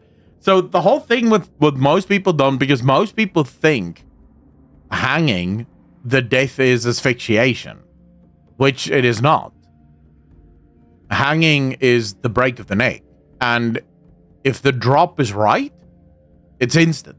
Like, the death is instant. You drop and you're dead because it breaks everything. It rips the entire spinal cord off, right? So deemed to be cruel in some places and was labeled as torture. What? The firing squad, Damazal. Treason is punishable by being hung from a yardarm? Oh, shit. Treason? Wow. So you're telling me Snowden has hanging from a yardarm to look forward to? Of course Wyfern would say that. The guillotine, Wyfern. Really? The guillotine?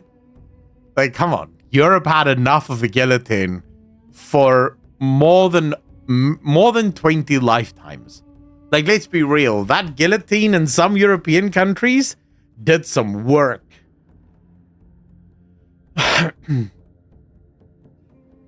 Lethal injections are less gory and messy. With firing squads, you've got to clean up all the blood and guts. It's more expensive. T-King, thank you very much. Really appreciate that. Alder, how you doing, sir? Walk the plank like pirates. Now, there is a death I would never like to die. Lakutas, how you doing, sir? Dude, walking the plank is the one way I would hate to die. Because that's drowning. Or, well, if you're lucky and they drop you in the middle of the ocean, maybe you're dead before you drown? Because the pressure of the ocean will almost certainly squash you.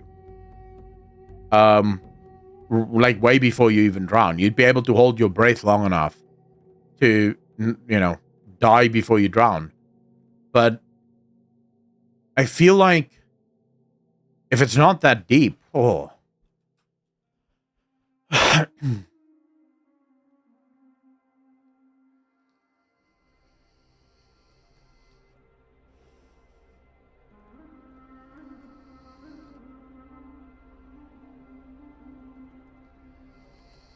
Well, that depends, Waxney. How fast would you sink? There must be a YouTube video on this. Hold up. We will YouTube this.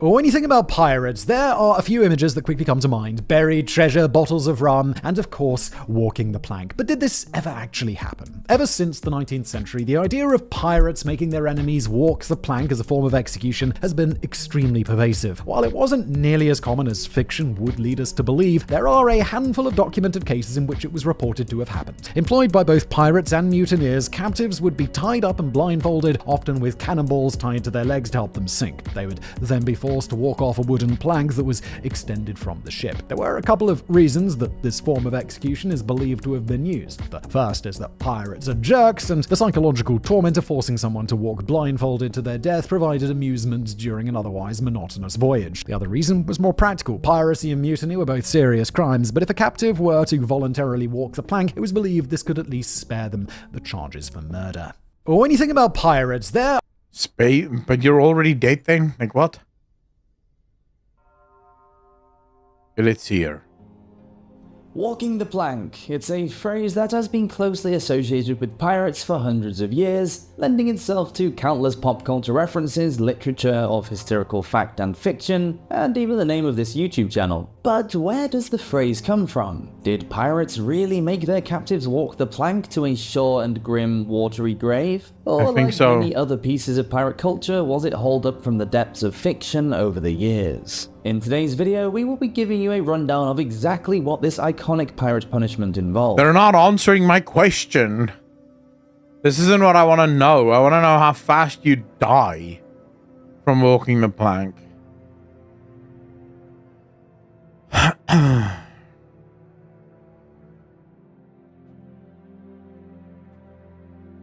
Come on, someone must have asked. I can't be the first person to have ever asked this question.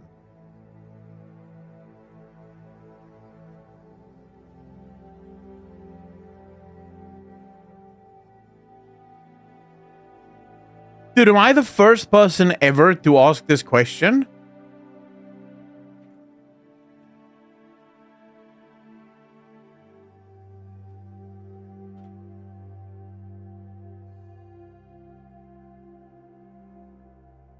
It's not going fast. The speed at which someone might die after walking the plank depends on several factors. Why is it so slow? Is the servers busy?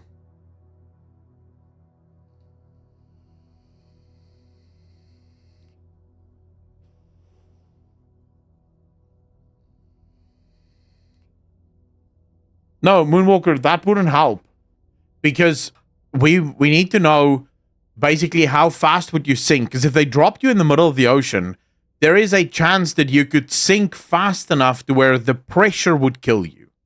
Just remember, when you go deep enough into the water, the pressure would be like tons and tons and tons of rocks pushing down on you.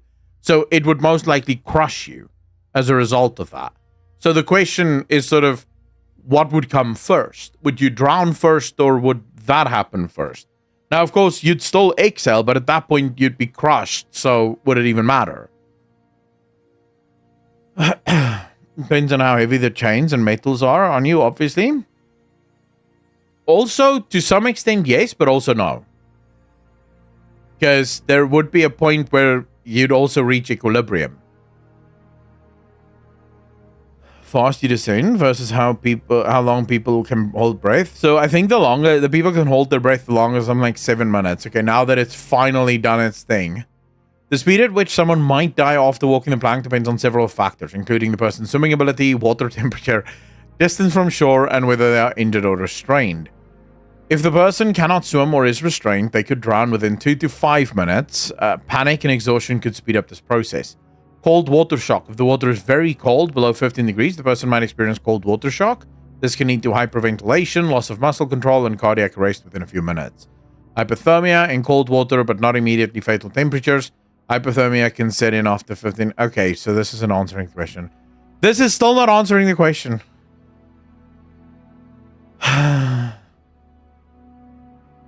They usually tie you onto like a ball, like a metal cannonball.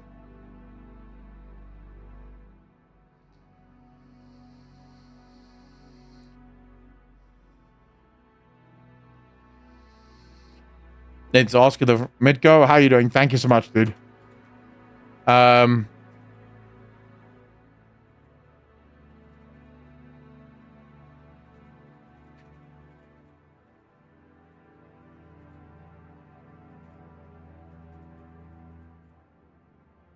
That's not the right way to ask it, but we'll ask it anyways. A human body doesn't get crushed by water pressure in the same way a rigid object might, because the human body is mostly water and liquids, which are incompressible. However, the increasing pressure as you go deeper into the ocean presents challenges the body cannot withstand indefinitely. The first would be recreational diving limit.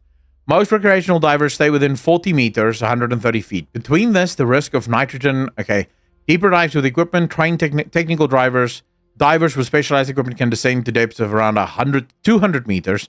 These depths require strict safety protocols. Limits without equipment. Without specialized suits or equipment, the human body will be severely affected by pressures at depths beyond 30 to 40 meters. At around 60 to 70 meters, even free divers with training face physiological limits. Crushing depth. The real risk of being crushed comes when gases in the body, like in the lungs, are compressed. Lungs are collapsible, and at a depth of about 300 meters, the pressure, 30 atmospheres, could fully collapse the lungs if not counteracted by pressurized air. Without protection, the human body cannot survive the pressure at 1,000 meters or more. Blood vessels and organs would be compromised, and vital functions would fail.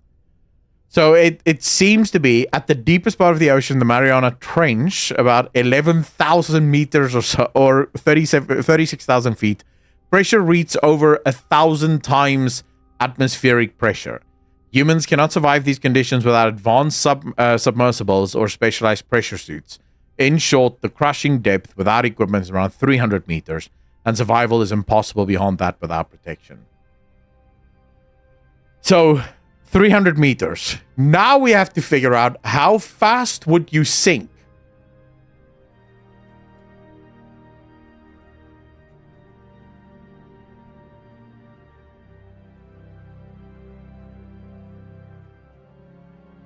Tied to a how we have to ask you another question first.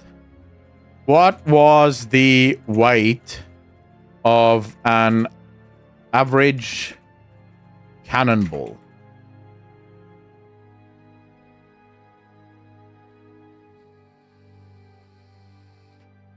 $24, 27 kilos, 19 kilos.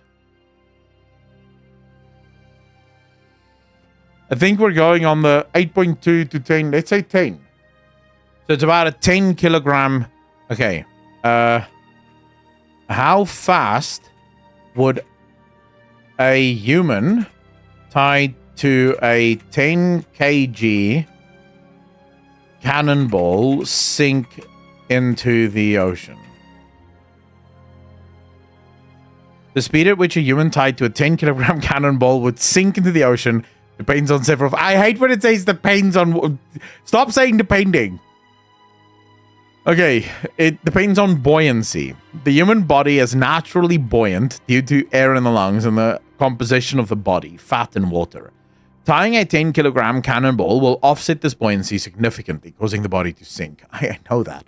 Terminal velocity in water. Objects sinking in water reach a terminal velocity where the downward force of gravity is balanced by the upward force of drag and buoyancy. For a human body tied to a 10 kilogram cannonball, estimated sinking speed 1 to 2 meters per second. It's 3 to 6.5 feet per second based on similar studies of sinking objects in water. So then it says that 1 meter per second, it would take 100 seconds, about 1.5 minutes, to sink 100 meters. And at 2 meters per second, it would take only 50 seconds to sink the same depth. So the question would be, no, because even then, you'd need to be able to hold your breath for 4.5 minutes before you reach 300 meters. So I think we can safely assume you will drown before you're crushed.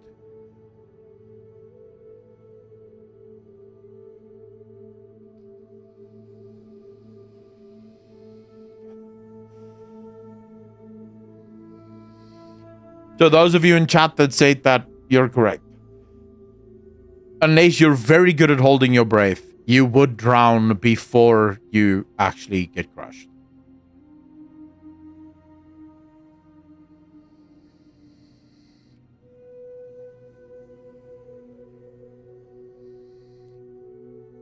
Green Elf, thank you very much. Really appreciate that. I'm Master Chef. How are you doing, sir? And chains are too expensive to be thrown overboard?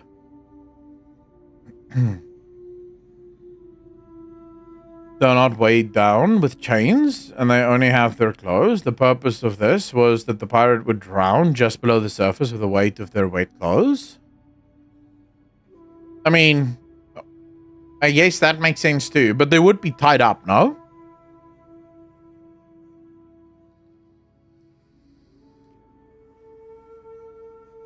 So, what dolphin Byford dolphin incident?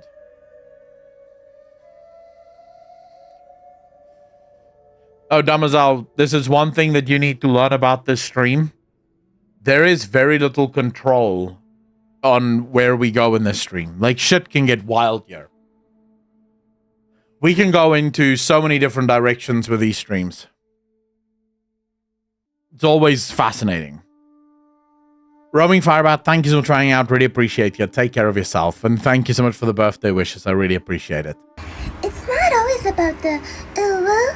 Sometimes it's about the True. Not enough Warhammer talk? Yero, how you doing, sir? From the Roinkies, thank you very much. Really appreciate that. Does you use ChatGPT more frequently? I use ChatGPT pretty much daily. I use it for a lot of things. I thought this freezing was the best way to go. But freezing is the best way to go.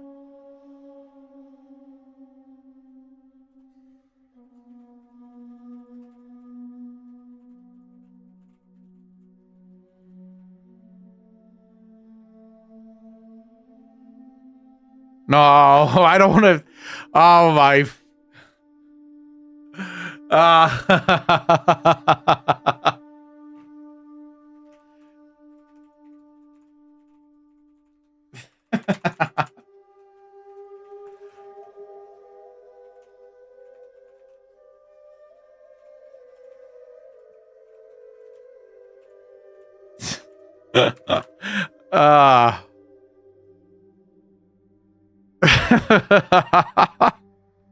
ChatGPT going, oh shit! Wait! Don't do it! Oh, lol. Okay, so hence drowning in Arctic waters is the best. Clean, thank you so much. Really appreciate that. Gyu, how you doing? Thank you so much. Really appreciate the well wishes. I don't think burning is the best, but we'll see now. So for freezing experience, initially, it would feel intensely cold, leading to pain in extremities as blood vessels constrict. Over time, numbness sets in and mental confusion occurs. Interestingly, many people report feeling warm in the later stages due to nerve dysfunction. The time frame, depending on the conditions, example, wet versus dry cold, it can take hours to die of hypothermia. often considered less traumatic because of the loss of sensation and confusion in later stages.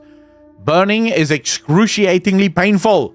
As the skin's nerve endings are overwhelmed by heat, this pain persists until nerve damage is extensive, at which point sensation diminishes. Death from burning can occur within minutes if inhalation of hot air causes asphyxiation, or longer if it's due to burns alone. Perceived comfort, universally considered one of the most painful ways to die. See? Drowning. Experience initially there is panic and an instinctive struggle to breathe. As water fills the lungs, it triggers a choking sensation and coughing reflex. After losing consciousness, death occurs due to lack of oxygen. Typically takes 2 to 5 minutes from submersion to death, though the experience of distress is shorter. Thank you. Often described as frightening and unpleasant, but once unconsciousness occurs, it's no longer painful. Alex, 50 months part of the Regen Nation. Appreciate you, sir. Thank you, thank you, thank you. See? I wasn't lying to you, chat. Freezing is the best way to go. If you're gonna choose the travesty in which you go, you want to freeze to death. Because the only reason they kind of know this is they have come across people who have frozen to death with smiles on their faces. Like their faces are literally frozen into a smile. And this is where they started to ask the question, right, why is this happening? And that's when they realized your brain goes into a sort of mental shock where you start to experience a sense of euphoria.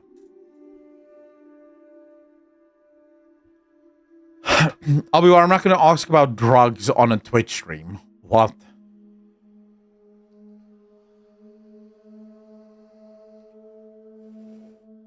Ravy G, from what I understand, carbon monoxide poisoning is like the best way to go. So I used to be very afraid of being buried alive. I don't know why. But when I was very little, that was I kept telling my dad, if I ever die, please give me a cell phone. Because at then, actually I asked for a telephone because I don't think cell phones even existed. But at that age, I was so afraid. I was like, put a telephone inside so I can phone you in case I wake up. It was the most traumatic thing for me, was this idea of being buried alive. And then my dad just once said to me, I don't know why you're worried about that. That's probably the nicest way to go. Because you just get tired, sleepy, and then you go.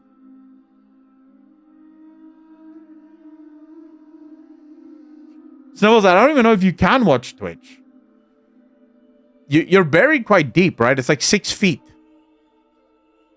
I don't know if cell phone signal is going to come through on 6 feet.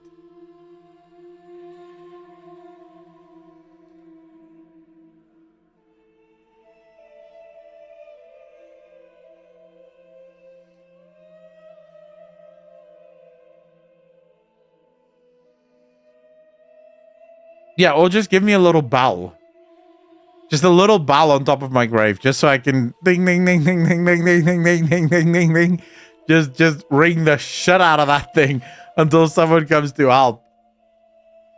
Although we have close to my house, we have a cemetery, and there's never anyone in the cemetery.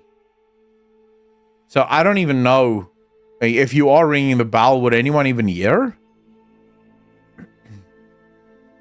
6 was for hygiene, not needed with the advancement of coffins now. They called those strings dead ringers. The myth of undead and zombies was actually from people who were accidentally being buried alive and then started scratching. Little bell in the grave used to be a thing. Actually, I know, Michael. I know.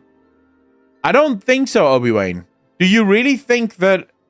So from my perspective, I think whether by accident or whether on purpose, zombies is very much social commentary. That's what I believe zombies is. It's social commentary. Think about what most zombies do. They just exist. They just go with the flow, do what everyone else is doing, following whatever their desires tell them to follow. And then you look at the vast majority of humans on this planet, and they don't act very differently. Take, for example, those old school videos of like Black Friday or something, where you see people trampling each other to death as they're trying to run through the doors to get to the shit first. I always looked at vampire shows and movies as sort of like social commentary. Sure, there's a bit of extra there, you know, they bite and they turn you into one of them. But I always looked at it as like social commentary of what humans are. Most humans are just zombies. They just sort of exist and go through life with this sort of, you know, who cares? Just live your life.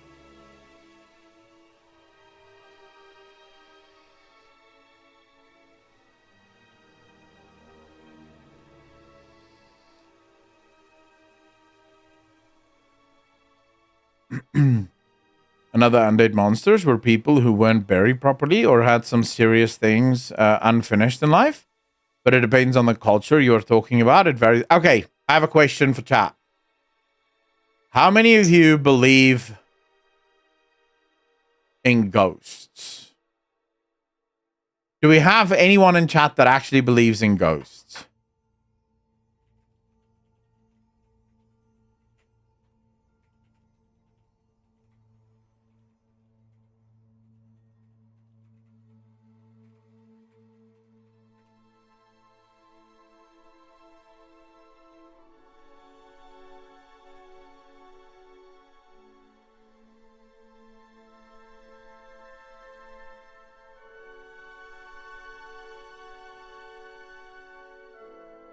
Or at least that there is something. I believe in zombies before I believe in ghosts. Yes. So, I mean, believing in God and believing in ghosts are two different stories or two different questions, right? But we have here, so it says, the existence of ghosts remain a topic of debate, with no definitive scientific evidence proving their reality. However, many people believe in ghosts due to personal experiences, cultural influences, and unexplained phenomena. Here's a breakdown of the arguments and evidence, both for and against the existence of ghosts. Many individuals report seeing apparitions, hearing unexplained sounds, or experiencing sudden changes in temperature. Stories of ghost sightings often involve emotionally charged locations like battlefields or places where people died. Photographs and recordings. Some claim to have captured images or videos of apparitions, strange mists, or orbs. Audio recordings sometimes include unexplained voices, known as electronic voice phenomena or EVP. Cultural and historical accounts, belief in spirits or ghosts span nearly every culture throughout history, suggesting a deep psychological and existential basis for these beliefs. Oh, Biotrix, thank you so much for the raid, man. Really appreciate you. Ladies and gentlemen, welcome from Biotrix's channel. Biotrix, how was your stream, sir?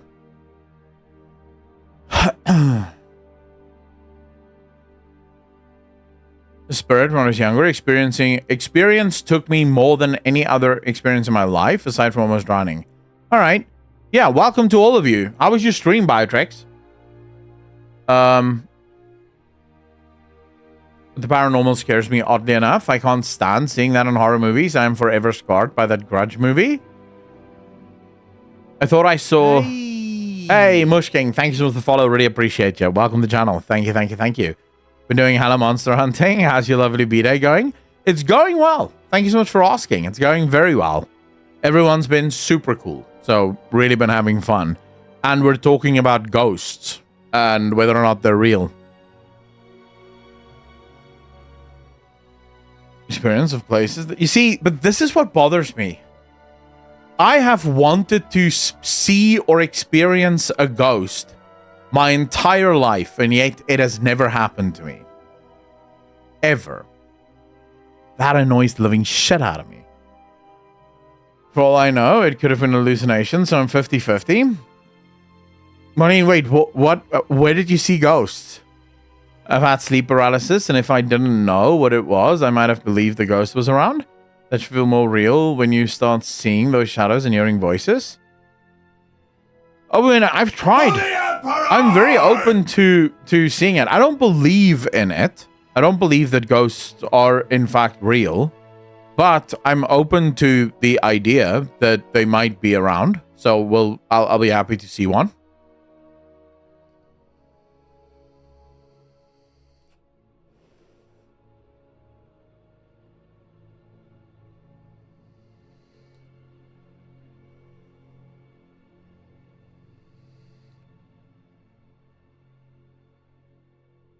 Do you take the same stance with a godlike being Echo? Vesper, I'm a Christian, so no, obviously not. But I don't believe that. I believe that there's a couple of problems with trying to say, well, believing in ghosts and believing in God, it's the same thing. Because it quite physically is not the same thing, right? So if you say that you don't believe in a God, what you are effectively saying is everything that I see around me, everything that exists in this universe, I have no explanation for where it comes from, nor do I need one. I just don't believe that someone created it. Like, that's what you're saying. Whereas I look at everything in this universe and I say, well, it clearly looks as if it was designed. Therefore, I believe that there must have been a designer for it. All right? I believe in the Big Bang. I believe in science. I have no problem with science because science is an explanation of process, not origin. There is not a single scientific theory that can explain the origin of the universe, nor does it even try. There's some guys like Lawrence Krauss that has tried very hard to try and explain that actually nothing is something, but you should think about nothing differently than nothing because it is actually something. When you boil it down, science is the explanation of process, not of origin. And I don't have a problem with that because I believe God gave us a mind to learn who he is. The early scientists, for example, were all Christians. The scientific method we use today was inspired by Christianity. And for Christian scientists, the early ones, they actually saw science as a type of theology, right? They saw science as a way of knowing God because they were learning how God created everything. So I have no problem with that. But when you say, for example, believing in ghosts and believing in God is the same thing, the problem there is there are intangible things in this universe that can only really make sense if there is a God. Right? And there's things, for example, the life of Jesus, the death of Jesus, the resurrection of Jesus, the evidence that exists for all of these things, for all of these events, that you have to be able to explain if you say you don't believe in him, right? You have to be able to explain it. Thus far, one of the leading atheistic New Testament scholars, Bart Ehrman, his best explanation for it is, and this is genuinely what he said, I don't know what happened on Easter morning, but something clearly happened. He doesn't believe that Jesus rose from the dead, but he does believe that something strange happened there. Because there's a lot of people that claim to have seen Jesus after his death. Even Josephus writes about it, and Josephus is a Jewish historian of the time. So you have a lot of evidence, not proof, but evidence that Jesus did rise from the dead, right? So you have to explain that, or you can just say, I don't care, right? Which is also fine. You don't have to care about that kind of stuff. But with ghosts, it's all anecdotal, right? It's 100% just anecdote. There's no real collection of evidence that we have for anything. Even if you look at some of the video footage that they grab of these ghosts, it's like a vague light somewhere that does something, and you go, yeah, but that could be a million different things, right? And then also just from my perspective, the transformative power of faith. When you look at what faith does in people's lives, there is a power there. Now, you could argue that power is from the mind itself, so people convince themselves of this. I would say you have some problem with that because people don't really change. There's a reason we have a saying, a leopard doesn't change its spots, right? Because people don't really change no matter how hard they try. But you could make the argument that maybe someone can believe just hard enough that they do start changing their own lives. but there is a transformative power there. So I don't think that those things fall quite into the same, shall we say, universe, right? Into the same scope. And I think it's being disingenuous when you want to claim, oh, believing in God is the same as believing in ghosts. Well, there's a lot more evidence for God than what there is for ghosts. Like mountains more evidence for God. Now, evidence is everywhere. We have evidence for everything, right? Proof is the thing that we all struggle with. In science, we have proof for almost nothing. In religion, we have proof for nothing. We have evidence, right? And there's lots of it, but we don't have proof because proof's very hard. You can't actually prove something. Someone asked the other day, this was like one of the greatest questions, because it's a Christian apologist, and this atheist asked him, prove to me God is real. And he literally responded with a phenomenal question. He said to me, prove to me that you love your wife.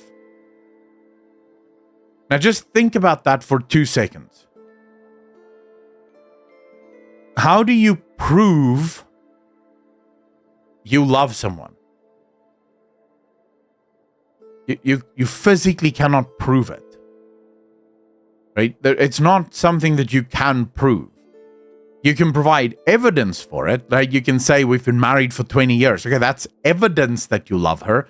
But that's not proof. You could just be with her because you're too lazy to get a divorce, right? So you can't prove it. Then you could say, well, because when I see her, I feel good. Well, that's maybe evidence. That's your evidence, but that's not proof. You can't prove it. You have evidence for it. And when we stack up the evidence, so when we look at the evidence, we go, okay, been with your wife for 20 years, have nice feelings when you see her, make love to her 3 or 4 times a week, you have 4 children together, when you look into each other's eyes, you both smile.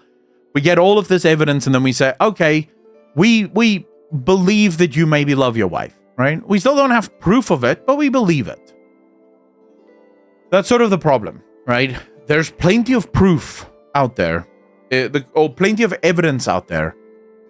The proof will only be found within your own heart, right? I cannot prove it to you.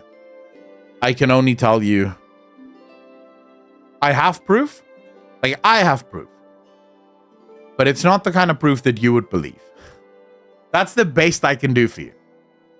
Like, if you ask me to prove whether or not God is real, I cannot do that. Even though I know for a fact he's real. But I like what I have, you won't believe. You'd have to feel and experience it for yourself. Obi Wayne, you are correct. All religions claim to have the one truth, except for the fact that there is one religion that stands head and shoulders above every other religion. The Bible is the most studied book in the world. There is no book that's been studied more than the Bible. There is also no book, and this is true, there is not a single book with more manuscripts, more supporting documents in the history of the world than the Bible. We have tens of thousands of manuscripts of the Bible. The religion surviving and the Bible remaining unchanged for as long as it has is testament that there is something in this that is different to any other religion. But again, it would take us hours to have this discussion. It's a very fun debate, though. It is a very fun debate. The Bible is unchanged. The oldest known Bible we have is the Codex Sinaiticus, right? It's the Bible that was commissioned by Constantine. It was one of a couple, one of a few that they commissioned. The Codex Sinaiticus is literally the same Bible that we have today. The earliest manuscripts we have dating back to the 1st century after the death of Christ. Those manuscripts link up one for one with the manuscripts and the books that we have today. So yes, the Bible is very much unchanged. And it's not just me that says that. There are atheist New Testament scholars that say the same thing. Bart Ehrman, for example, famously, when he was asked by Muslims, yeah, they changed the Bible, Bart Ehrman, who is an atheist, by the way, was the one who burst the bubble. And it was like, no, actually, they didn't change it that much. The Bible is still very much exactly the same document. No, they didn't, Obi-Wan. They did not. They did not. Please do your fucking research on this. Holy shit, a lot of people watch the Da Vinci Code as if it's actual fact. They did not. The Council of Nicaea did not decide which books go into the Bible. We have actual canonical lists of the original Bible that predate the Council of Nicaea by at least 200 years. So no, the canonical versions of the Bible are as old as 1st century after Christ, before any councils even existed. The Council of Nicaea dealt with one fundamental issue. Was Jesus the Son of God? And it wasn't a case of the church was a little divided on whether or not Jesus was the Son of God.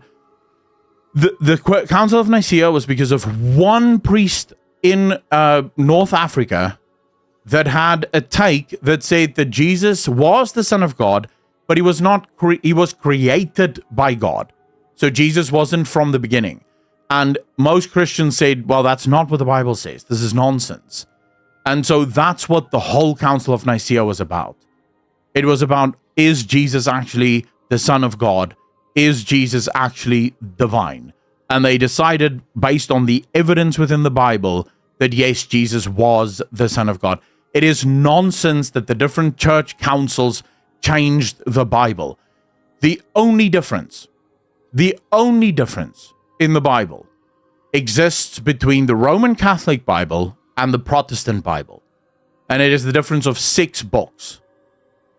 Now, the Protestant Bible still has the 6 books. We refer to them as the Apocrypha. They are the Apocrypha. We have not rejected those books. We simply don't view them as canonical. The difference is the Roman Catholics view them as canonical. So they have them in their Bible. We don't have them in our Bible. And we have good reason. Both have good reason for not having them in there, right? Or having them in there. But it is theological differences. The difference is, though, the 6 books, whether they are in or are not, don't deal with basic fundamentals of Christianity. Most of the differences there are in how the church is run, right? So it is not true that the Bible has changed. Every book that is in the Bible, dates back thousands of years. We have manuscripts from literally 1st century after Christ that backs it up. It's not true that the councils removed things from the Bible. There have been debates about the 6 Apocrypha. Just those 6 books. They were originally included in the Protestant Bible, and then after a lot of debate, they finally decided, no, these books do not speak to us as canon. So they decided to remove them from the Bible and move them into the Apocrypha. But those 6 books are still the same. They're still the same. We still have manuscripts of those 6 books, but we believe that those books are not divinely inspired.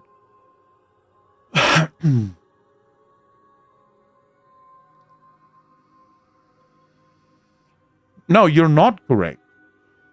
Because you have to think about what you're saying. You're saying the Bible has changed. What does the word Bible mean? Do you even know what the word Bible means? Bible means library. It means collection. That's all the Bible is. What you're debating is which books were canonical and which books are not. But that's not the same as changed. Nothing has changed.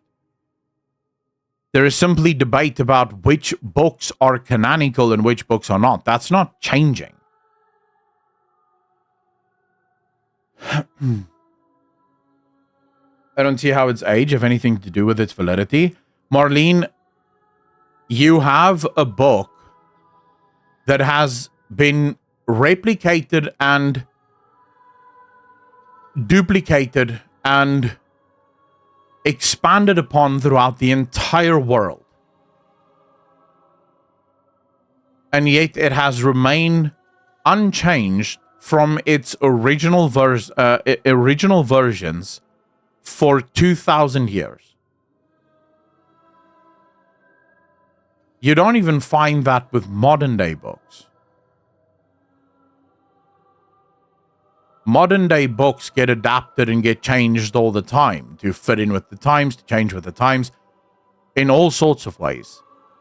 This thing remains the same, and every single time someone tries to tamper with it, it doesn't stick, it doesn't hold, it doesn't change, it remains the same. There is something to that.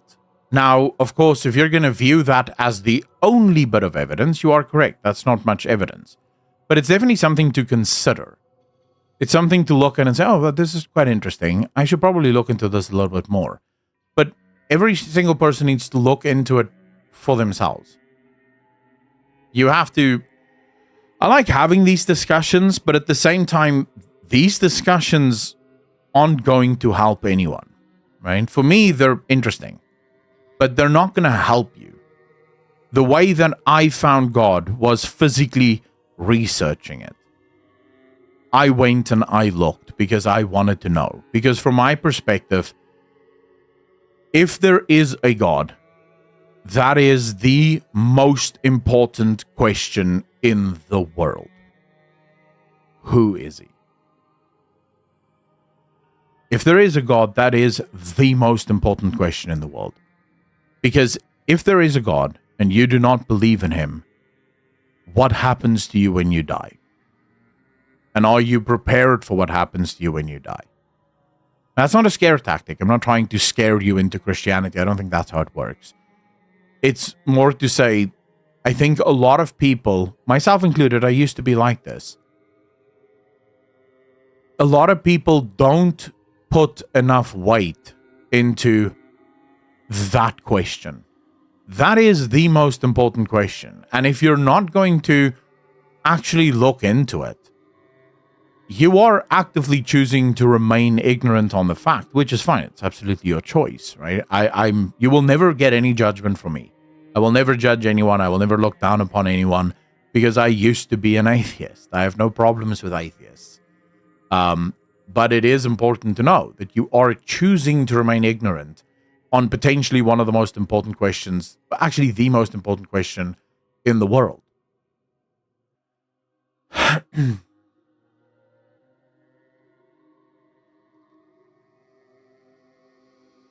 Nico, no, it isn't.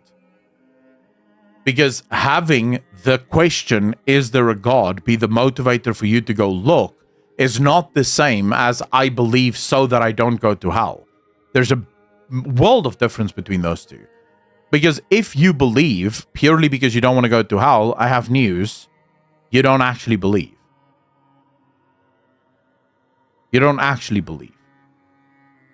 Right? So there is a difference. But you should at least be motivated enough to go, I need to know, right? I do want to know, was I created by someone or am I just here purely by accident? As long as both parties don't approach it with an I'm right mentality, these discussions can be really interesting and fun. Wasn't trying to disprove God or anything. I just didn't think it was a good argument. Yeah, but it isn't an argument. It is an observation. The argument for it would be much longer. But I do get where you're coming from. So the question is more what happens after death than who is a God? Is there a God? No, I think the question of what happens after death naturally leads to the more important question, who is God?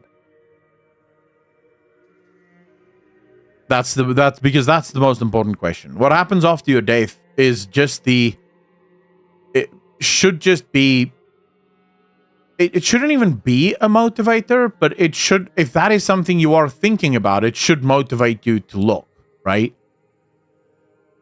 So Dune, how you doing, bro? I do think there was some changes made, verses added, removed, revised. I think the younger me questioned why trust a book written by man. So Damazal, we have the manuscripts dating back to the 1st century.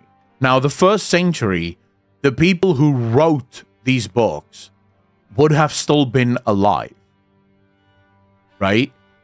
So when those manuscripts line up perfectly with what we have today, So we can actually go back and we can go look at the Gospel of Matthew or the Gospel of Mark, right? And we can see the manuscript written in ancient Greek. And we can see, wow, this is word for word what we have today, right? Or we can go look at the Codex Sinaiticus, for example, which is the oldest full Bible we have.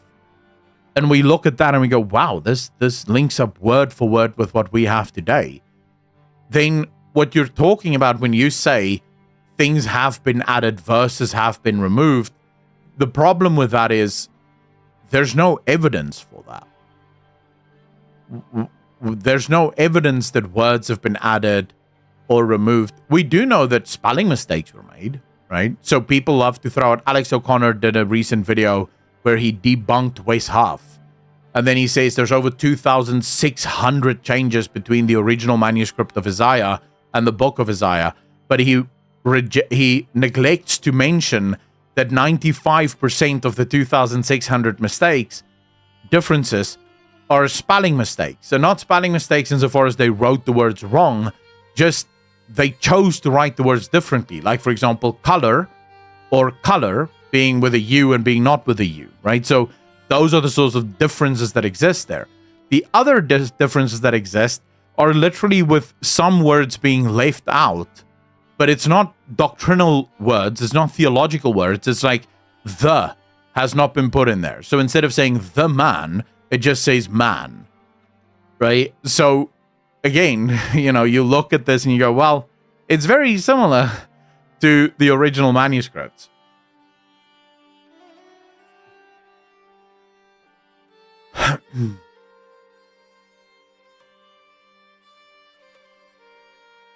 Wayne, now you get to a whole different discussion. You see, now you get to the discussion that divides most Christian denominations. And this is very much an interesting thing, right? You get to the discussion of interpretation. Now, it is important to understand every human being on this planet interprets everything, right? Biotrix, take care of yourself, sir. Every human being interprets everything. You guys are interpreting what I'm saying right now. Some of you are interpreting it this way, another person this way. No one is actually hearing the words coming out of my mouth, not before it runs through your interpretation filters, right? So have you ever met someone that is particularly sensitive to sarcasm, for example? Like, you'll make a sarcastic joke and this person instantly gets offended. Everyone else seems to get that it was just a sarcastic joke, but this one person never gets the sarcasm. It's not because they're hearing something completely different to what you're saying. It's that they're interpreting what you're saying completely different to what you're saying, right? Everyone interprets everything. The same is true for Christians. Christians are just human, right? So I read a verse, you read a verse. We both take something very different from that verse based on our interpretations. And that's where the debate comes in. That's why you have churches that split. Sometimes they believe 99% of what the other one believes. Like, they believe the same thing, but on this one verse, they don't agree. And then they split, right? And then they go their own direction. They start their own church. And both churches basically still believe the exact same things, except for this one verse where they have a difference of opinion. So I'll give you a great example of this happening in the real world. The Bible tells Christians to be holy. To be holy means to stand apart, to not be part of the world. Now, most Christian denominations take this as do not partake in the sins of this world.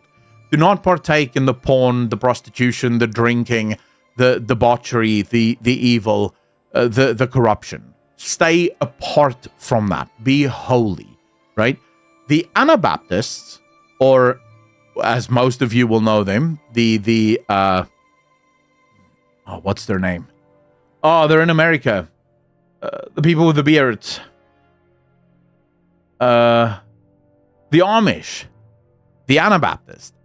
They take that verse, right? Be holy, to mean do not partake in the world physically.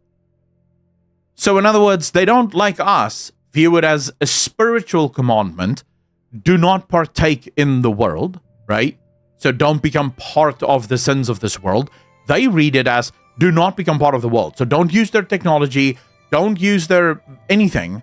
Stay apart from the world. You have to completely withdraw from the world. It's one verse, but there's these massive different interpretations of it, right? Are the Anabaptists wrong? Are they going to go to hell? No, because that's not important. So we have in Christianity, there's a couple of hallmark things that we believe theologically must be present for you to be saved. The first is that you believe that Jesus Christ is the Son of God and died for your sins. This is cornerstone stuff. If you reject that, you are not a Christian, right? You're not even a Christian denomination. You're a cult or you're something different, but you're not a Christian. We don't believe that you're saved as a result of that. So that's cornerstone. You also have to believe that there is a Father, a Son, and the Holy Spirit. This is cornerstone stuff.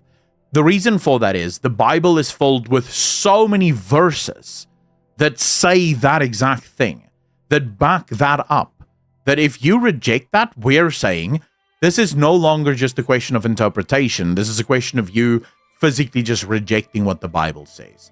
And so we can't have you as part of the Christian tradition, right?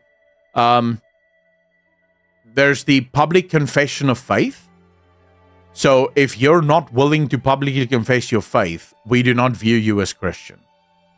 Because Jesus says, if you confess me in public, I will confess you in heaven. If you reject me in public, I will reject you in heaven. Right? So we say you must be willing to confess Jesus Christ in public. But this is not a question of interpretation. This is basics. But from there, there's I think there's like 5 or 6 doctrinal theological pillars that you must adhere to in order to be a Christian. If you don't adhere to any of those 6, if you break one of them, you're no longer Christian, you're something else. But fundamentally, outside of that, so for example, I don't believe in a young earth. I don't believe that the earth is just 6,000 years old. I don't believe that.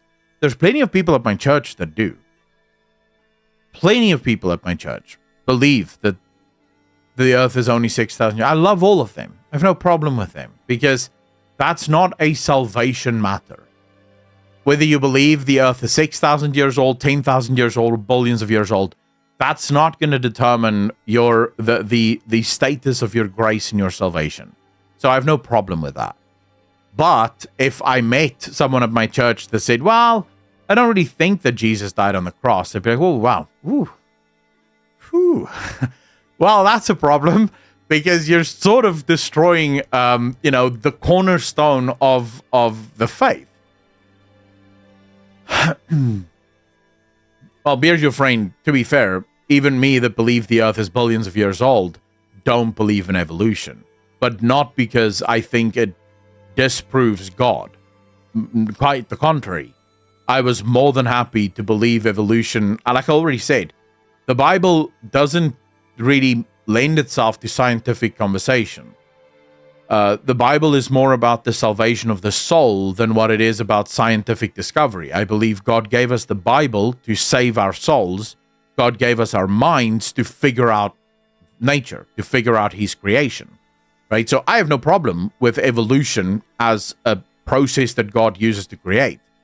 The problem that I have with evolution is what you're now finally... I told you guys last year already that there are giant problems in evolution. That evolution is debunked. It doesn't work. And you now finally, after 5 years, you have biologists, mainstream biologists, finally coming out and saying, hey guys, we might need a new evolutionary theory because the one we have now doesn't work. It doesn't work. Evolution doesn't seem to work the way that we think it does. So there's things that I saw from science that and this is from like normal scientists, right? So I'm not even talking about in the Bible or Christian scientists or anything, just normal scientists that speak about evolution and how evolution has deep, deep troubles. There's massive issues within evolution that it does not equate for. For example, if the process is random, there's not enough time. Physically not enough time. Even if the Earth is 14.5 billion years old, a random process, there's not enough time. We need way more billions added to it in order to actually explain it, because we now know that evolution didn't actually work the way that Darwin thought it worked. So that Darwin's theory hasn't been accepted for almost 30 years, Profile. Just to be clear, like, there's a reason it's now called Neo-Darwinism. So Darwin's theory was a simple cell becoming many simple cells becoming complex life. We disproved that like 35, 40 years ago when we realized, oh, cells are not simple. They're ridiculously complex. So Neo-Darwinism already rejected Darwin and then sort of moved from the complex cell. Although even Richard Dawkins admits they don't know why the cell is as complex. They can't explain it. The complexity of the cell makes no sense. It's very difficult for them to understand why. They just think that's just how it is, right? You just need to accept that's how it is. But then you actually get into the meat and potatoes of evolution, then you realize that there's a number of things that they sort of do that with, where they go, well, we can't actually explain it, but it's fine. We'll just keep going and we'll get there. But do your own research on this. You don't need to take my word for it. I believe it was I saw it this week, actually. I think it's the journal Nature. It's the Nature journal. So this is a scientific journal where a biologist came out and said, evolution is in trouble. Evolution is in deep trouble. Because, it doesn't work. So I don't know exactly what they'll come up with next, but evolution does appear to have some problems that it doesn't seem to be able to deal with. And that's before we even get to molecules. Evolution has problems if we just start from the cell. Evolution completely breaks down when we start from molecules. The things that cells are made out of. When you get to molecules, the problem with molecules is cells look for life. So cells want life. Molecules doesn't give a shit. If you took two molecules and dropped them into water, into a primordial soup, they'd do nothing. They just stay there because they don't care. They don't want to be close to each other or part of each other or connected to each other, and you need millions of molecules to make a single cell. Something had to put them together. So there's issues, but you're gonna have to do the research for it, because, and this is what I found in my own research, for every single time there's someone coming out saying, hey, evolution seems to have some problems, you have a group of people that are so hell-bent on not opening the door for Christianity. And this is genuinely their own words.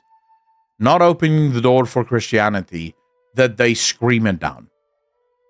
They just scream it down. We will not admit that there's a problem with evolution, because then, oof, the Christians might be back. I don't like that, because I think you shouldn't just jump to God.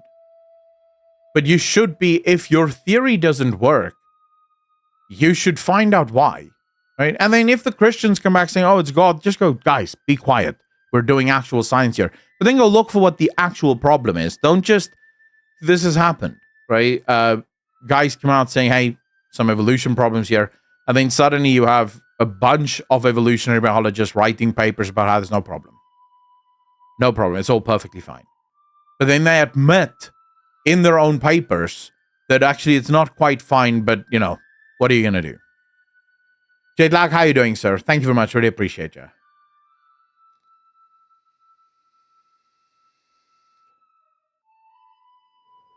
Or no, I mean, if you're just talking about macroevolution, so for example, you're just talking about birds sort of slightly changing beaks or wingspans, like, no, we know that happens, right? That can sometimes happen within a couple of generations.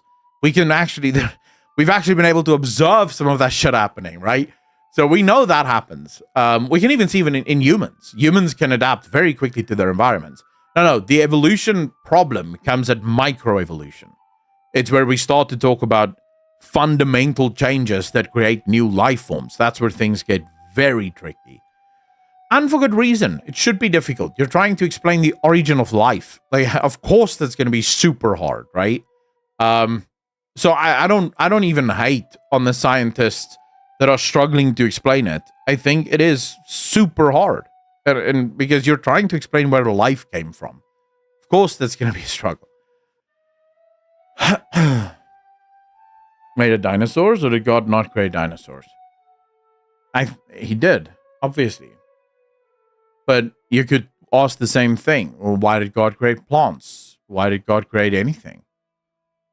Because he wanted to. Human came from the UFO. You can believe that. Skibbity, how you doing?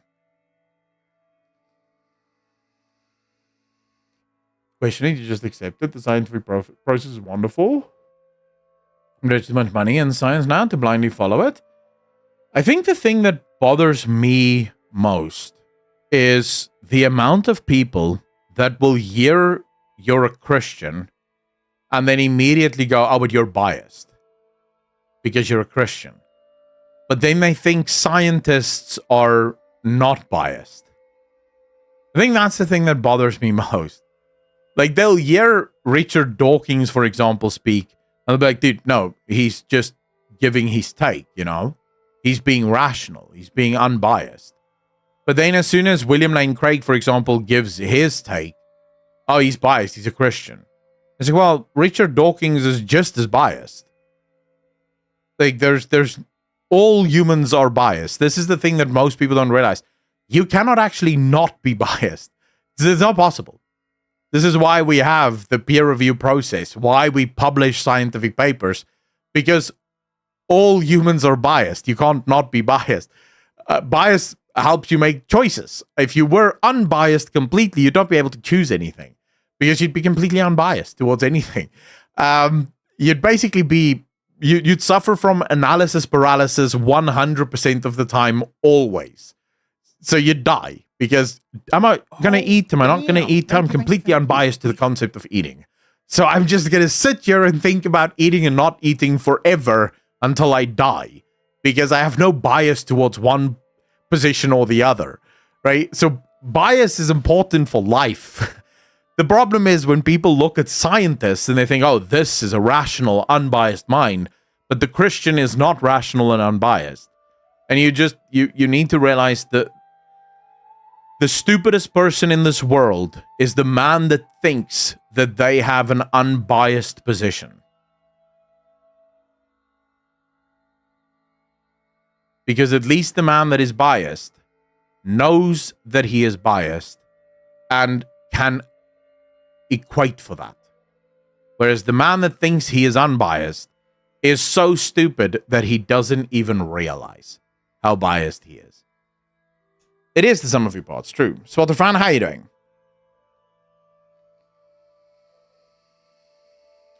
Go-Card, that is 29 months part of the DJ Nation. I appreciate you. Thank you. You're far too kind. And chromosome deficiency in humans, it's pretty much completely random chance. If you take current evolution theories, humans technically came from a UFO because when a meteorite hit the Earth with one-cell organisms in it, you see, but X-Ray, now I would still ask, I think there the question would still be, where did those one-cellular organisms come from, right? Or single-cellular organisms.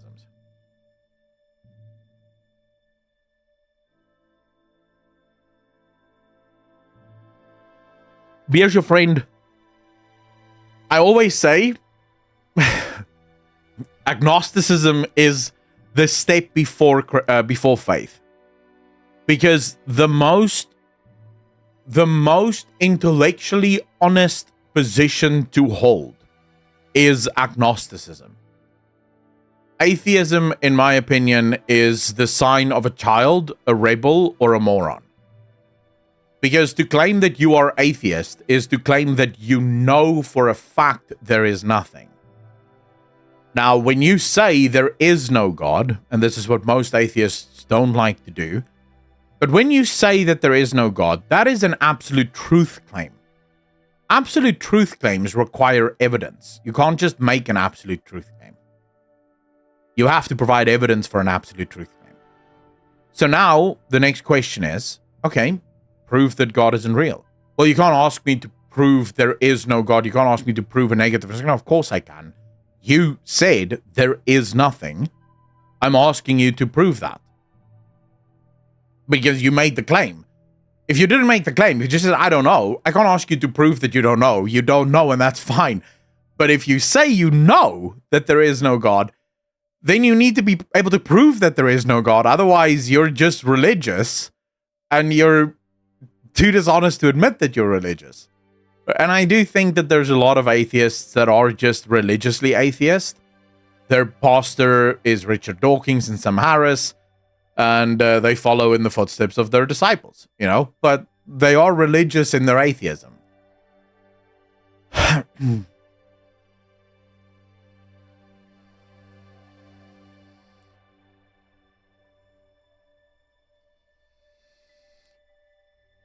Although, again, if you don't care, agnostic is the position to have, right? Because if you don't care, you would just say, I don't know. I don't care about it. I don't even think about it. Which is just agnostic. But remember, atheists don't claim that they don't know. That's atheism is anti-theist. I am against theism. In other words, I don't believe that there is such a thing as theism. I don't believe that there is a God. And therefore, you now need to provide the evidence that there is no God.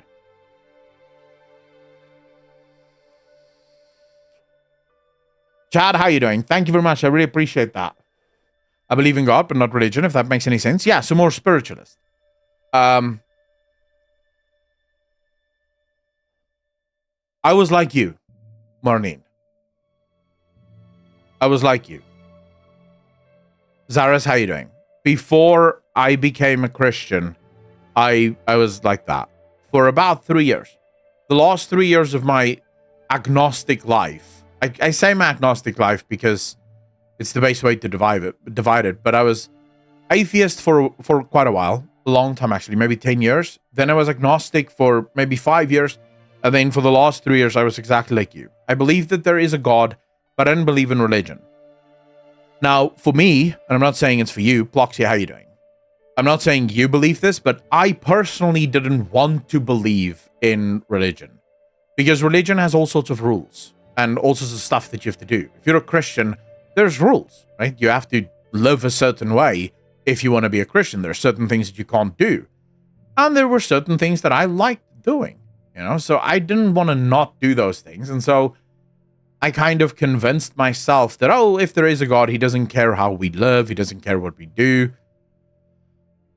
And then, you know, I was faced with overwhelming evidence when I actually started to look. And yeah, I became a Christian. And I will say, the very thing that I thought was the rules, right? Oh, The very... damn. Thank you. I thought that I was free and that Christianity was just full of rules. It's the opposite. I was never free. My sin had... I told the story. There's a video of me telling my story. But I was in a prison of hell. And I didn't even realize it. I just thought this is normal. This is how everyone feels.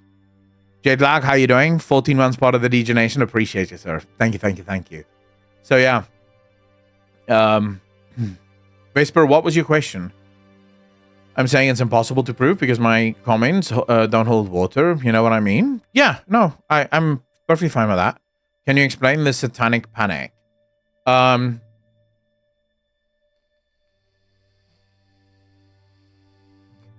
It would all depend on what you mean with satanic panic, right? So I will be the first to admit that there are a lot of Christians that are hypersensitive.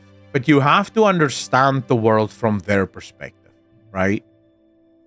For Christians, the most important thing, because we are commanded to do this, is to raise our children in the name of God, right? To raise them as part of God's people. So when movies and series and music and things come out that send very, very bad messages, Christians get rightfully angered by that. They don't like those messages because they know those messages are for their children. Now, from a Christian perspective, I don't believe the woke stuff is just politics. I'll be honest with you. I know it isn't just politics. I know what is behind the woke stuff. I know that there is a spirit behind that. I know what that spirit wants to do because the Bible tells me what that spirit wants to do. Right? So from my perspective, I'm fighting more than just politics. Okay? And Christians view it the same way. Remember, Christians believe in the supernatural. We believe in Lucifer. We believe in demons. We know that they are real because we believe in God, right? And we know that the Bible warns us against demons. So from Christians' perspectives, a movie about homosexuality or a movie about transgenderism or any of that isn't just a movie, right? There's a spirit behind that. And they fight that spirit usually. But sometimes there are people that are hypersensitive. Like, for example, the guys that are anti-Harry Potter. When in reality, there's nothing in Harry Potter that it's just a fun show. You know, it's just a fun show and it actually has a very good moral lesson within the show, right? Morally, it's a nice movie. It's a good movie. I know Christians that even like, I know Christians who will watch the movie but want that their kids watch it because they don't want their kids to get the wrong idea. So they want to wait for their kids to be a bit older before they watch it so that their kids at least understand magic and stuff isn't real. They shouldn't get roped into it. So they don't have a problem with the movie per se, just for their young children. They don't want to have their children see that, right? So the Satanic Panic, some of it was good, some of it was horrendous and silly and stupid and should probably not have been the way that it was, but it was, and so it is what it is, you know? And Marlene, I'll quickly give you a link to the video. It's a bit more of a raw video. It's definitely not my favorite type of video to have made, but since you asked.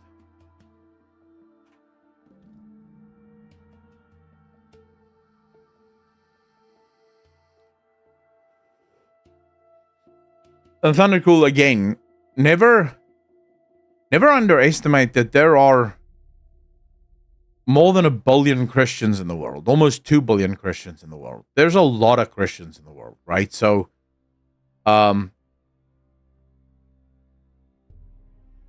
a lot of people. Even if a small fraction of them make noise, that's a lot of people that make noise, right? So, most Christians, they don't think cared about Pokemon or anything like that. But you're always going to get someone that, and quite frankly, you have a lot of churchgoers. And I do believe, so I think there's what? I think there's like 1.6 or 1.7 billion Christians in the world, right? I would go out on a limb and say that I believe, if I'm super conservative, I don't think even half of those people are actual Christians. I think most of those people are just churchgoers. They're people that sit in church and profess the faith, but they don't actually believe. They just sort of do it because that's what they've always done, you know? And there's bad people in there, you know? There's bad people in Christianity. There's people that will use Christianity for bad things, of course, right? So, busybodies and shit. That isn't, yeah, you have culturally Christian people who would say even less than that. Wife, and yeah, I mean, if you ask my actual opinion, I would probably say that less than 90% or less than 10% of all Christians are actual Christians. Most of them are just churchgoers. And a lot of them are just there for the connections that they can make, really. And some of them are just there because it's what they've always done, you know. I always go to church. Sundays of a church, you know.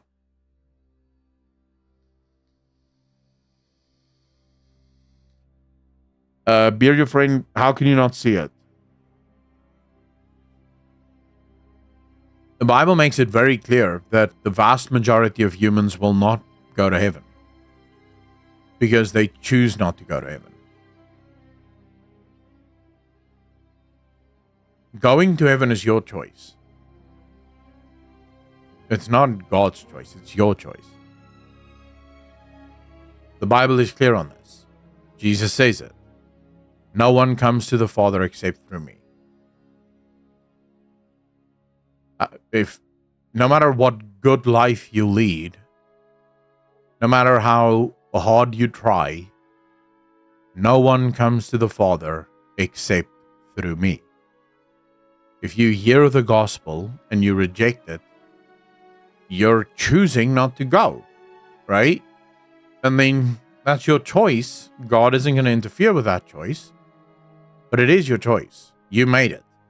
And so whether it's 1.9 billion, whether it's 7 billion, whether it's 7.8 billion, that was your choice.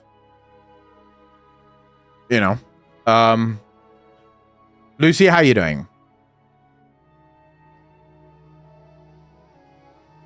So yeah, I do.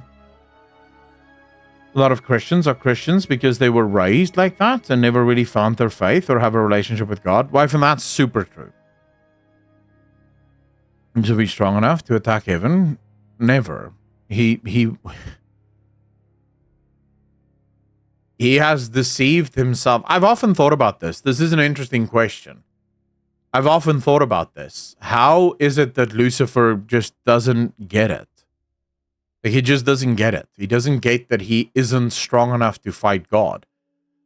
But then you realize how quickly people can deceive themselves into all sorts of bullshit. Think about the number of people you know that are in super bad relationships. And you think to yourself, how can you not see how bad this person is that you're with?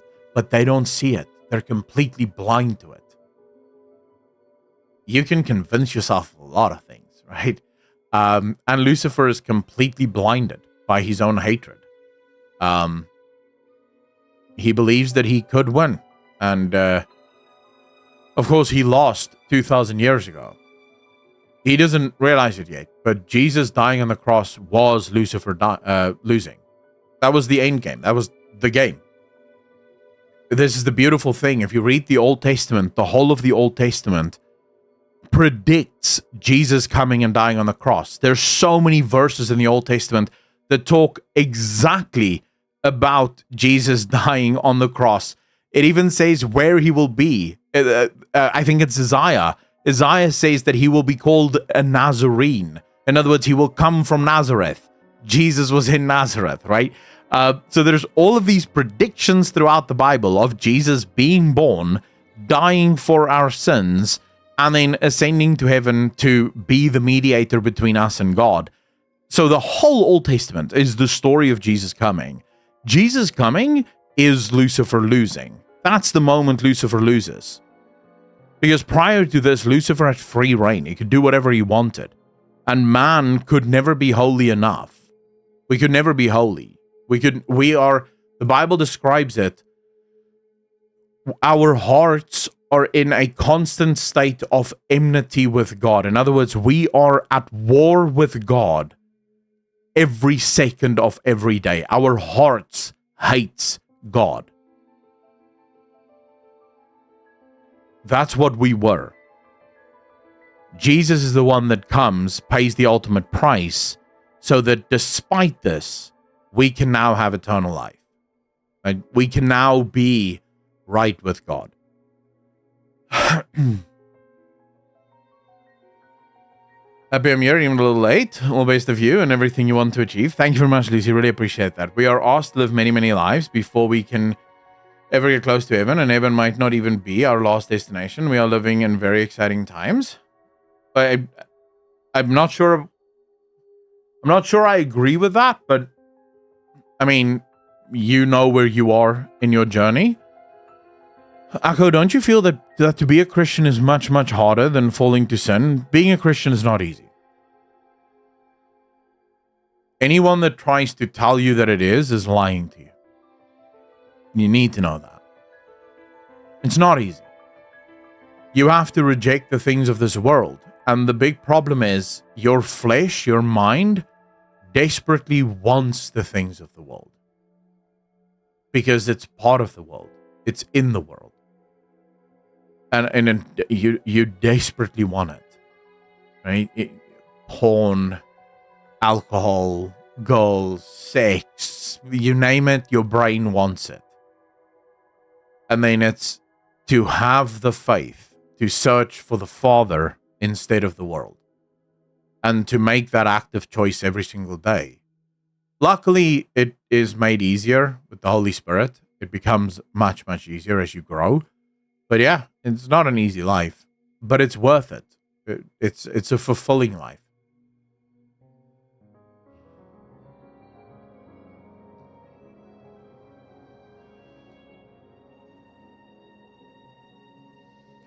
Griffin, where exactly does Jesus say that? Or what is hell exactly? And people who are there, what do they experience? So we have no idea what exactly hell is.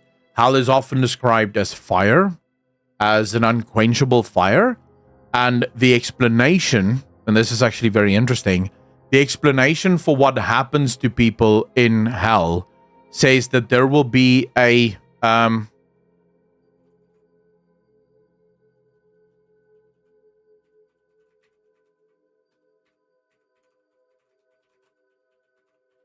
Hold up. Checking. I'm looking it up for you.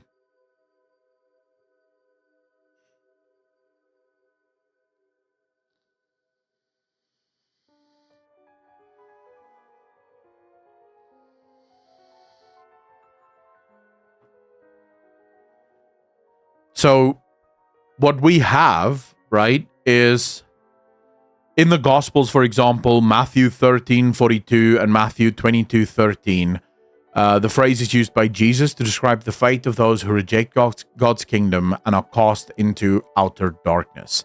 The phrase here refers to there will be weeping and gnashing of teeth. Now, gnashing of teeth here suggests that there will be people who are frustrated and angry in hell. So they're angry with God for throwing them into, or for sending them to hell. The weeping and the sorrow, the despair, it'll be people who suffer. So if I can't tell you what it is, no one knows, right? But what I can tell you is hell is where God is not. So God limits himself purposefully from this one space in creation that is hell. And think about it this way. Who do you think you're going to share hell with? Who do you think are the types of people that are going to be in hell?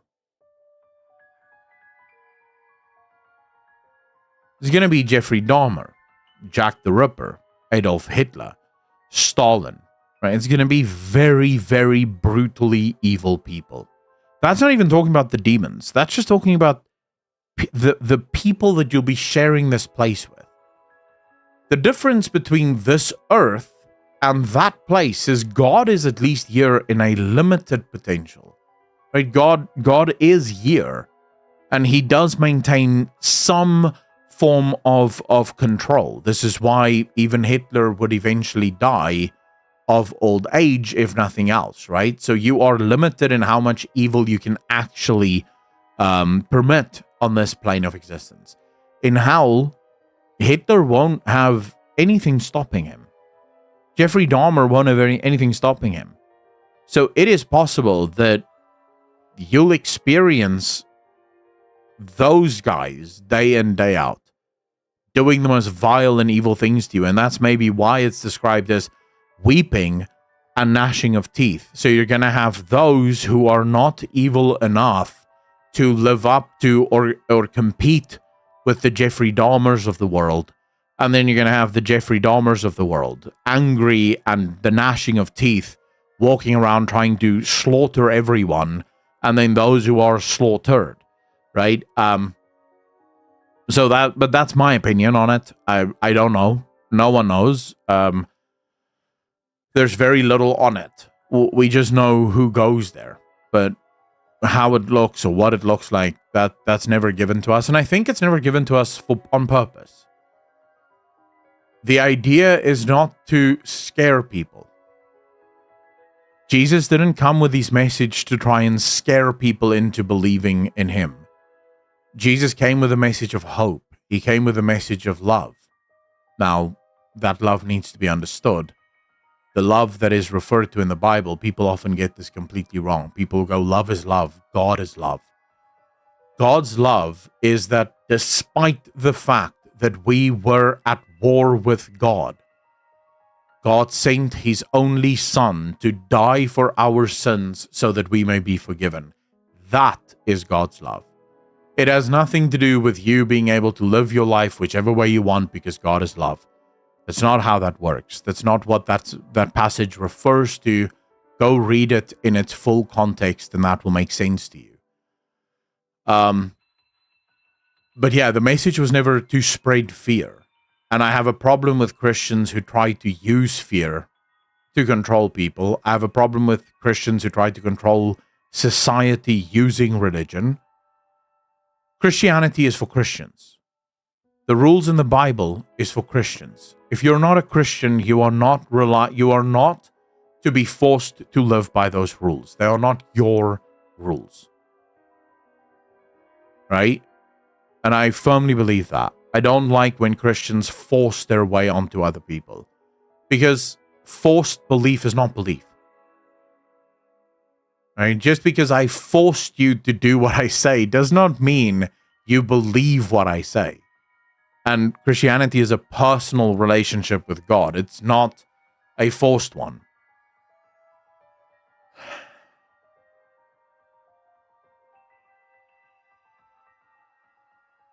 Griffin, the problem is you're quoting a lot of things, but you'd need to provide a lot of evidence for that.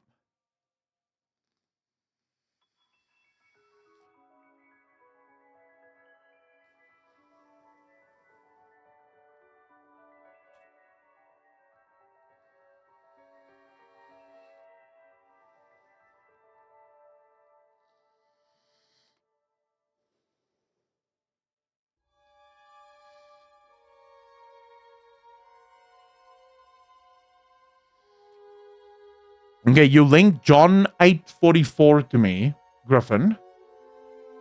And the Old Testament is most certainly not obsolete. There's a very good reason why Christians should read the Old Testament at least once. And also, Griffin, you're okay. So you quoted John 8:44 as an example of God not being the God of the Jews. Now, I do agree with you that the Jews and the Christians do not serve the same God, but your verse that you quote here is completely wrong. Because in this specific place, you have to listen to who Jesus is speaking to. Right? Jesus isn't just speaking to anyone. He's speaking to the Sadducees and the Pharisees. He's speaking to a very select group of Jews. He's not just speaking in general. He's not just saying all of you Jews. He's speaking to the Pharisees and the Sadducees. Now go back to John the Baptist. He calls them vipers. Jesus himself calls the Sadducees and the Pharisees vipers because they were very evil people. They were people obsessed with their own power, and they were people obsessed with using God to increase their own power. That's why Jesus calls them vipers. And that's why Jesus says to the Pharisees and the Sadducees, you belong to your father, the devil, and you want to carry out your father's desires. He was a murderer from the beginning, not holding to the truth, for there is no truth in him. When he lies, he speaks his native language, for he is a liar and the father of lies. He's talking specifically to specific Jews at a specific time. He's not talking to Jews as a whole, right? The Jews as a whole has a problem if they do not convert, but you have Messianic Jews who are Christians. They're Jews, but they are Messianic. They believe in Christ. So, no, I would say you are misinterpreting that particular verse.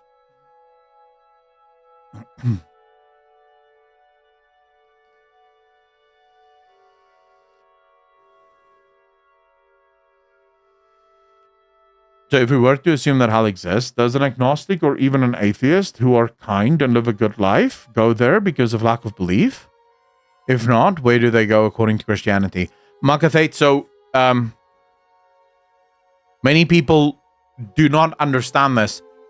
If you could live, if going to heaven was determinate on how good you are, you all go to hell, me included. We all straight to hell.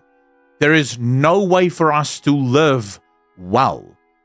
When you go and you look at the character of God, what God requires of us, you need to be holy.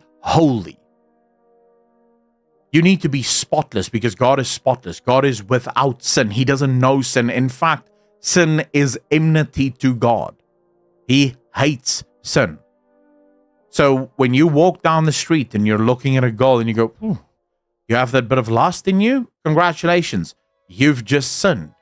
And to you, that might seem like a small sin. To God, that is very, very serious. In fact, Jesus tells us, if you even think about having sex with a woman in your mind, for God, you have already committed the act. God sees no difference between you thinking about it or you doing it. To him, it's the same thing. Because she does not belong to you. She is not your wife. You have no right to think about her in that way. And yet you are. When you see your neighbor driving a new car and you think, oh, man, I wish I had that car. Congratulations, you've just sinned. Envy. You want what is not yours. Why do you want it? Because you don't trust that God will provide for you what you need. So you are ungodly. You do not trust God that he will give you what you need, and you covet that which is not yours. That's sin. We can go down the list. When you go and you buy 2 chocolates at the garage, that's greed. That's gluttony. That's more sin. Congratulations, you've sinned again.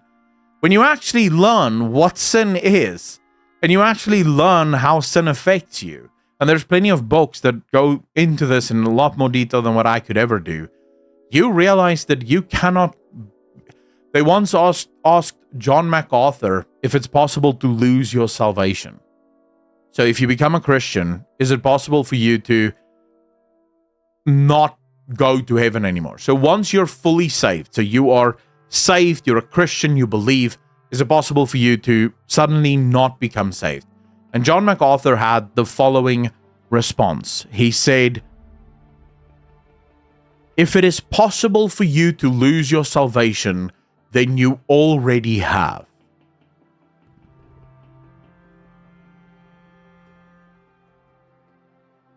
The salvation of man, the fact that I get to go to heaven, is not because of something I do. I go to heaven purely because of the grace of God. I can do nothing because my best works, Isaiah says it, my best works is like a dirty rag cloth before the Lord. If it's up to me, I will never go to heaven. It is purely by the grace of God. Now God extends that grace to all those who believe in Jesus Christ. So if you're an agnostic or an atheist and you live a good life, you still go to hell. But you should not mind that because you chose that. Remember, you didn't want God here, right? You didn't want to have a relationship with God here on earth. You said, no, thank you. I don't believe in you. So if you then go to heaven, what God is doing is he's forcing you to now be with him. Even though you said, I don't want to be with you, he's now forcing you to be with him. How's that? That's not fair, right? I mean, that's not fair at all. Where's the element of fear? Okay, what fear?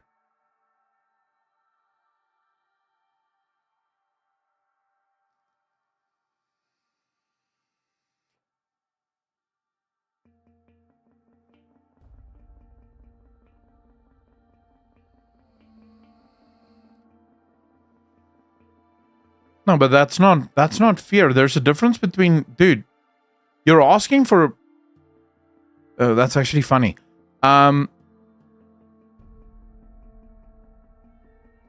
So what you're asking for, Maket, is you're asking for freedom from the consequences of your own actions. And you're disguising it as, there's the fear. Either believe in me or go to hell. No, that's the consequence of your own choice. And all choices have consequences. That would be like saying, well, that's that element of fear. Drive without your safety belt, or drive with your safety belt, or end up in the hospital. Ooh, that fear thing. That was your choice. If you drive without your safety belt and you get into an accident, you will end up in the hospital. You'll be very hurt.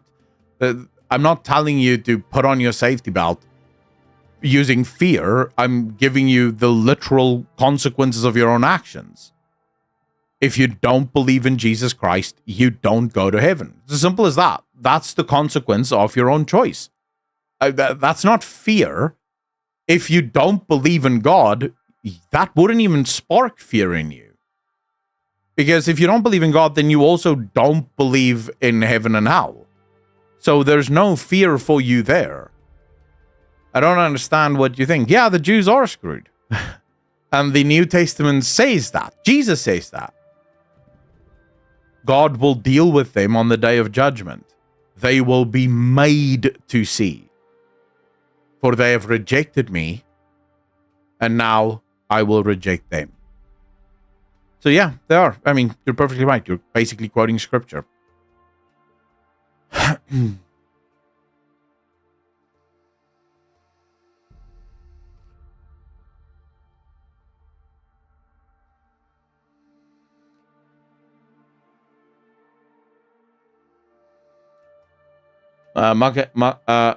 Makafate, Jesus did die for your sins if you accept him as your salvation. But there's no universality in that. It's not universal. Jesus didn't die so that you could do whatever the hell you want. You have to accept him as your salvation, or else he says, I will tell you, I do not know you. It's a pure ultimatum. Yes, it is. It is. True. I don't know what you expect. It sounds like, Makathate, you're expecting to be able to live your life as you see fit without any consequences whatsoever. That's what it sounds like.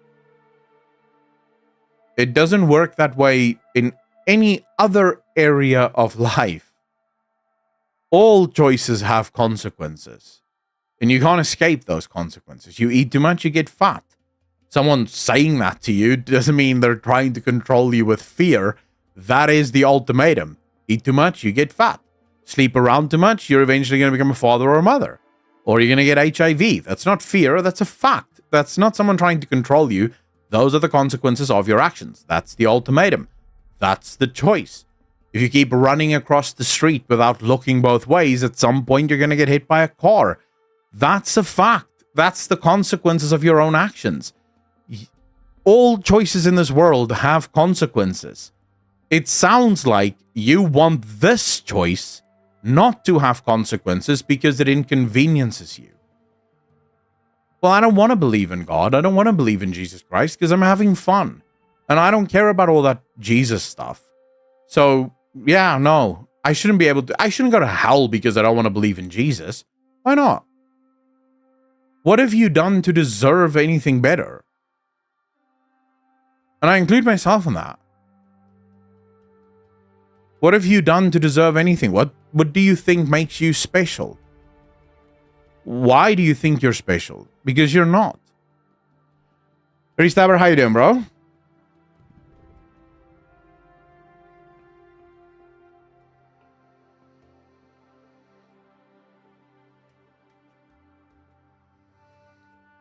Hildebert, that's the funniest thing to me is going to heaven means that you'll be spending every day of your life with Jesus, right? Harry Stabber, thank you for the Prime sub, dude. Really appreciate you. Welcome to the channel. Thank you. Damn. Thank you. You'll be spending every day of your life with Jesus and with God. Every single day of your life. Honoring him, serving him, worshiping him, praising him. If you're an atheist, do you want to do those things? I would assume no. That's why you're an atheist. So why would you even want to go to heaven? Take your chances in hell, you know? Because you don't want to do the other one. You've already said that. That's why you don't choose him. I don't get this. This is it's a moot debate because fundamentally, all choices have consequences. Either I'm right or you're right. We'll see at the end, right? That's the best we can do. I can't provide you any more than that. That's all I can say is we will see at the end. And that's not a threat. I don't feel any sort of glee or arrogance or prestige at the fact that I'm saved. In fact, I feel incredible, what's the word, the English word for it? Gratitude. I feel incredible gratitude for the fact that I'm saved. And I think because of the path that God allowed me to walk on, because of where I was once, I have a tremendous amount of grace and love for atheists, for agnostics, for sinners, because I was there. And if God can save me, then he can save anyone. No one cannot be saved. If I can be saved, anyone can be saved. So I think I had to go through those things. I had to live that life because I can understand the mind of the atheist. I can understand the mind of the agnostic. I think better than, there are a lot of Christians that just can't. They grew up as Christians. It's what they've known. They've never actually walked the dark side of this world. They don't know how bad this world can be.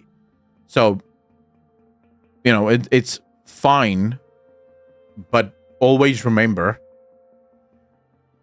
your choices will have consequences.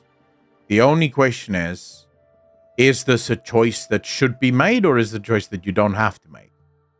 Now there, you don't know. We don't know, right? Who knows? We can't know.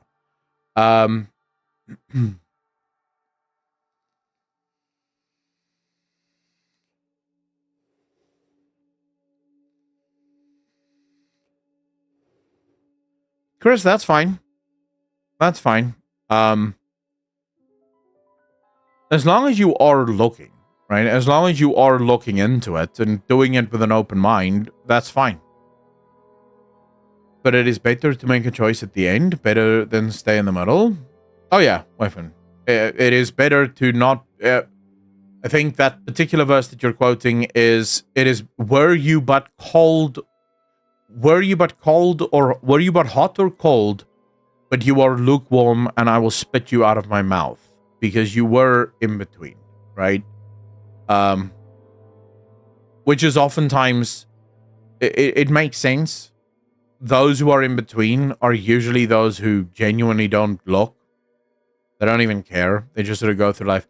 That's a very dangerous place to be. You can imagine it like that. Going up to the mountain will save you. Going down to the valley will drown you. People who know that will tell you that. For them, there is no fear-mongering from their perspective. For others who don't know, it sounds like fear-mongering. Since they force you to go up the mountain, the fear depends on your perspective. Clean, that's actually a very beautiful way of putting it. That is actually a very beautiful way of putting it. How purgatory works, or is that only a Catholic notion? So, Malin, purgatory is a purely Catholic notion. As a Protestant, I don't subscribe to purgatory. And most of the purgatory views comes from the Apocrypha books. You, as Catholics, have that, or Catholics have that in their Bible. We don't, as Protestants. Personally, if you go back to purgatory and you go back to the actual support documents of purgatory, it's very badly supported. A lot of it is sort of just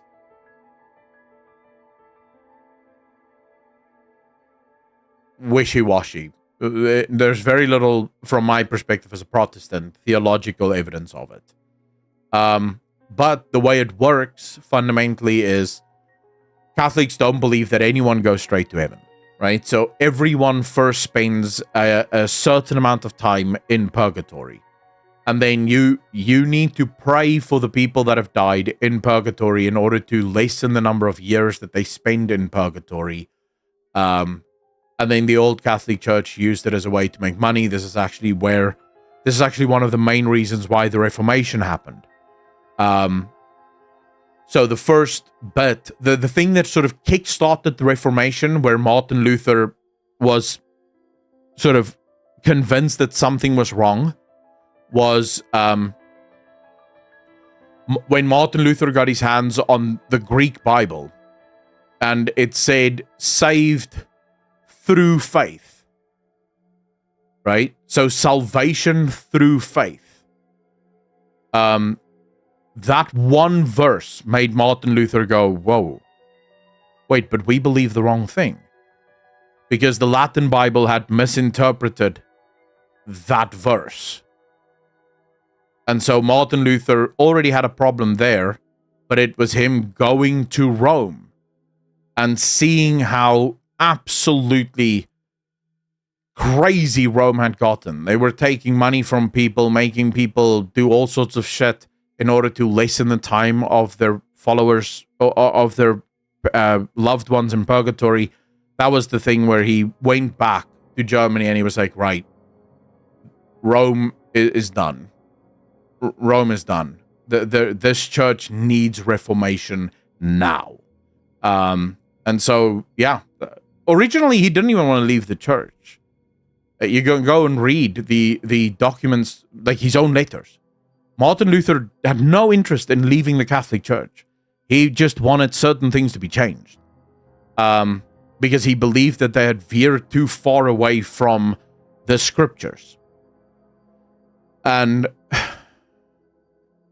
thanks to a lot of corruption, which a lot of Catholics will actually admit to, a lot of corruption, it eventually became impossible for the church to stay as one.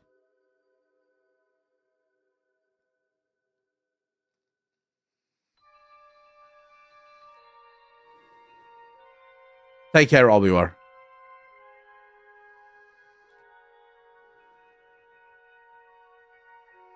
Hildebert, so what is it then? Because that's how I've watched Catholics explain it.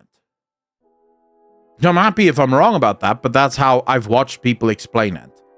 Malone, how are you doing? Benedict, for example, proposed that purgatory may actually be instant, and the fire of purgatory is actually the encounter with Jesus. See, but that's, again, I want to know what is the official theological stance of the Roman Catholic Church. Because what popes say isn't always theologically impactful. As far as I know, the Pope only speaks from authority when he's sitting in that chair.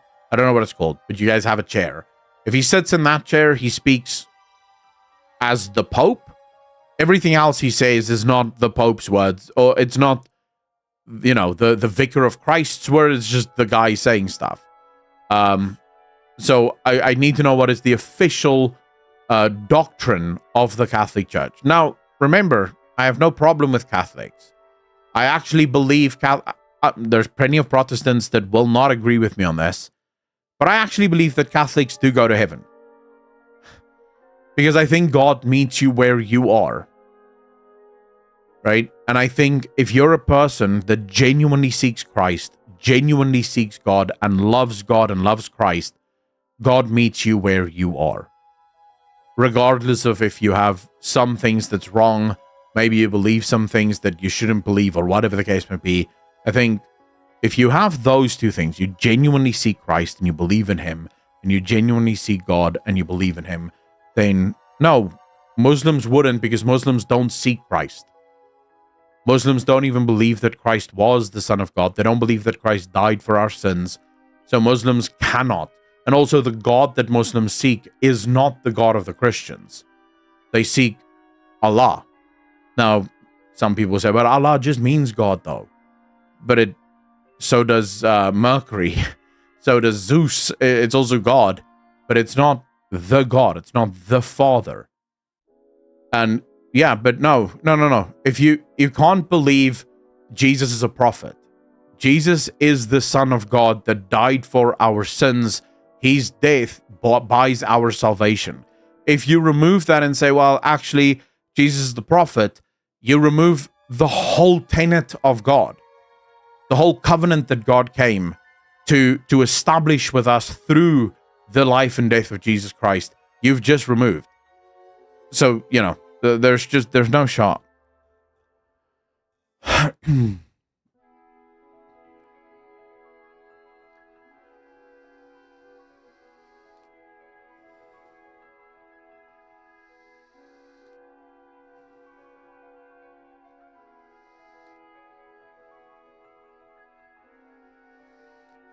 No, Gravel, I have to go now. I have to go get ready. I have Bible study and less than an hour, actually. The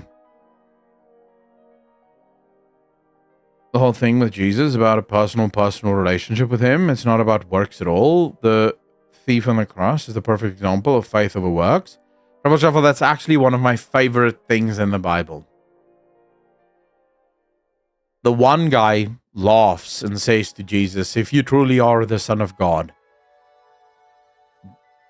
what is it? Throw yourself off the cross. Because you're the Son of God, right? And the other one says, when you enter heaven tonight, think of me. And Jesus says to him, I assure you that before the day is done, you will enter heaven with me. That verse is everything. Because yes, it shows the grace of God. It shows how that works. Yeah, it's Wrath music in the background. Gilgamesh, how you doing, sir? Guys, as much as it's been fun to argue theology with you guys, I actually have to go learn proper theology now. I have Bible study in... I have to leave in about half an hour so that I can be there on time for Bible study. I'll be back tomorrow, same time as today. Well, bro, actually, hopefully earlier than today. We started a bit late today, but we still got about 3.5 hours in, so that's not too shabby. I really appreciate all of you, the well wishes, the gifted subs, the donations. You guys have been absolutely amazing. Thank you so much for hanging out with me, for spending time with me. Remember, if you ever actually want to talk about any of these things, you have questions, my DMs are open. I sometimes take a while to reply, so just keep spamming me until I get to your DM. Because I do sometimes have just so many DMs that I sort of get lost. But you are more than welcome to send me a message if you want to discuss anything. I don't think I have all the answers. I know I don't. But I'll talk to you and I'll discuss it and we can have, hopefully, a good conversation. But I really appreciate all of you for being here, for hanging out with me, for spending time with me. Have a wonderful day whenever, whatever time it is for you. And as always, ladies and gentlemen, be good to each other. Be kind to each other. And I will see all of you in the next one. Peace.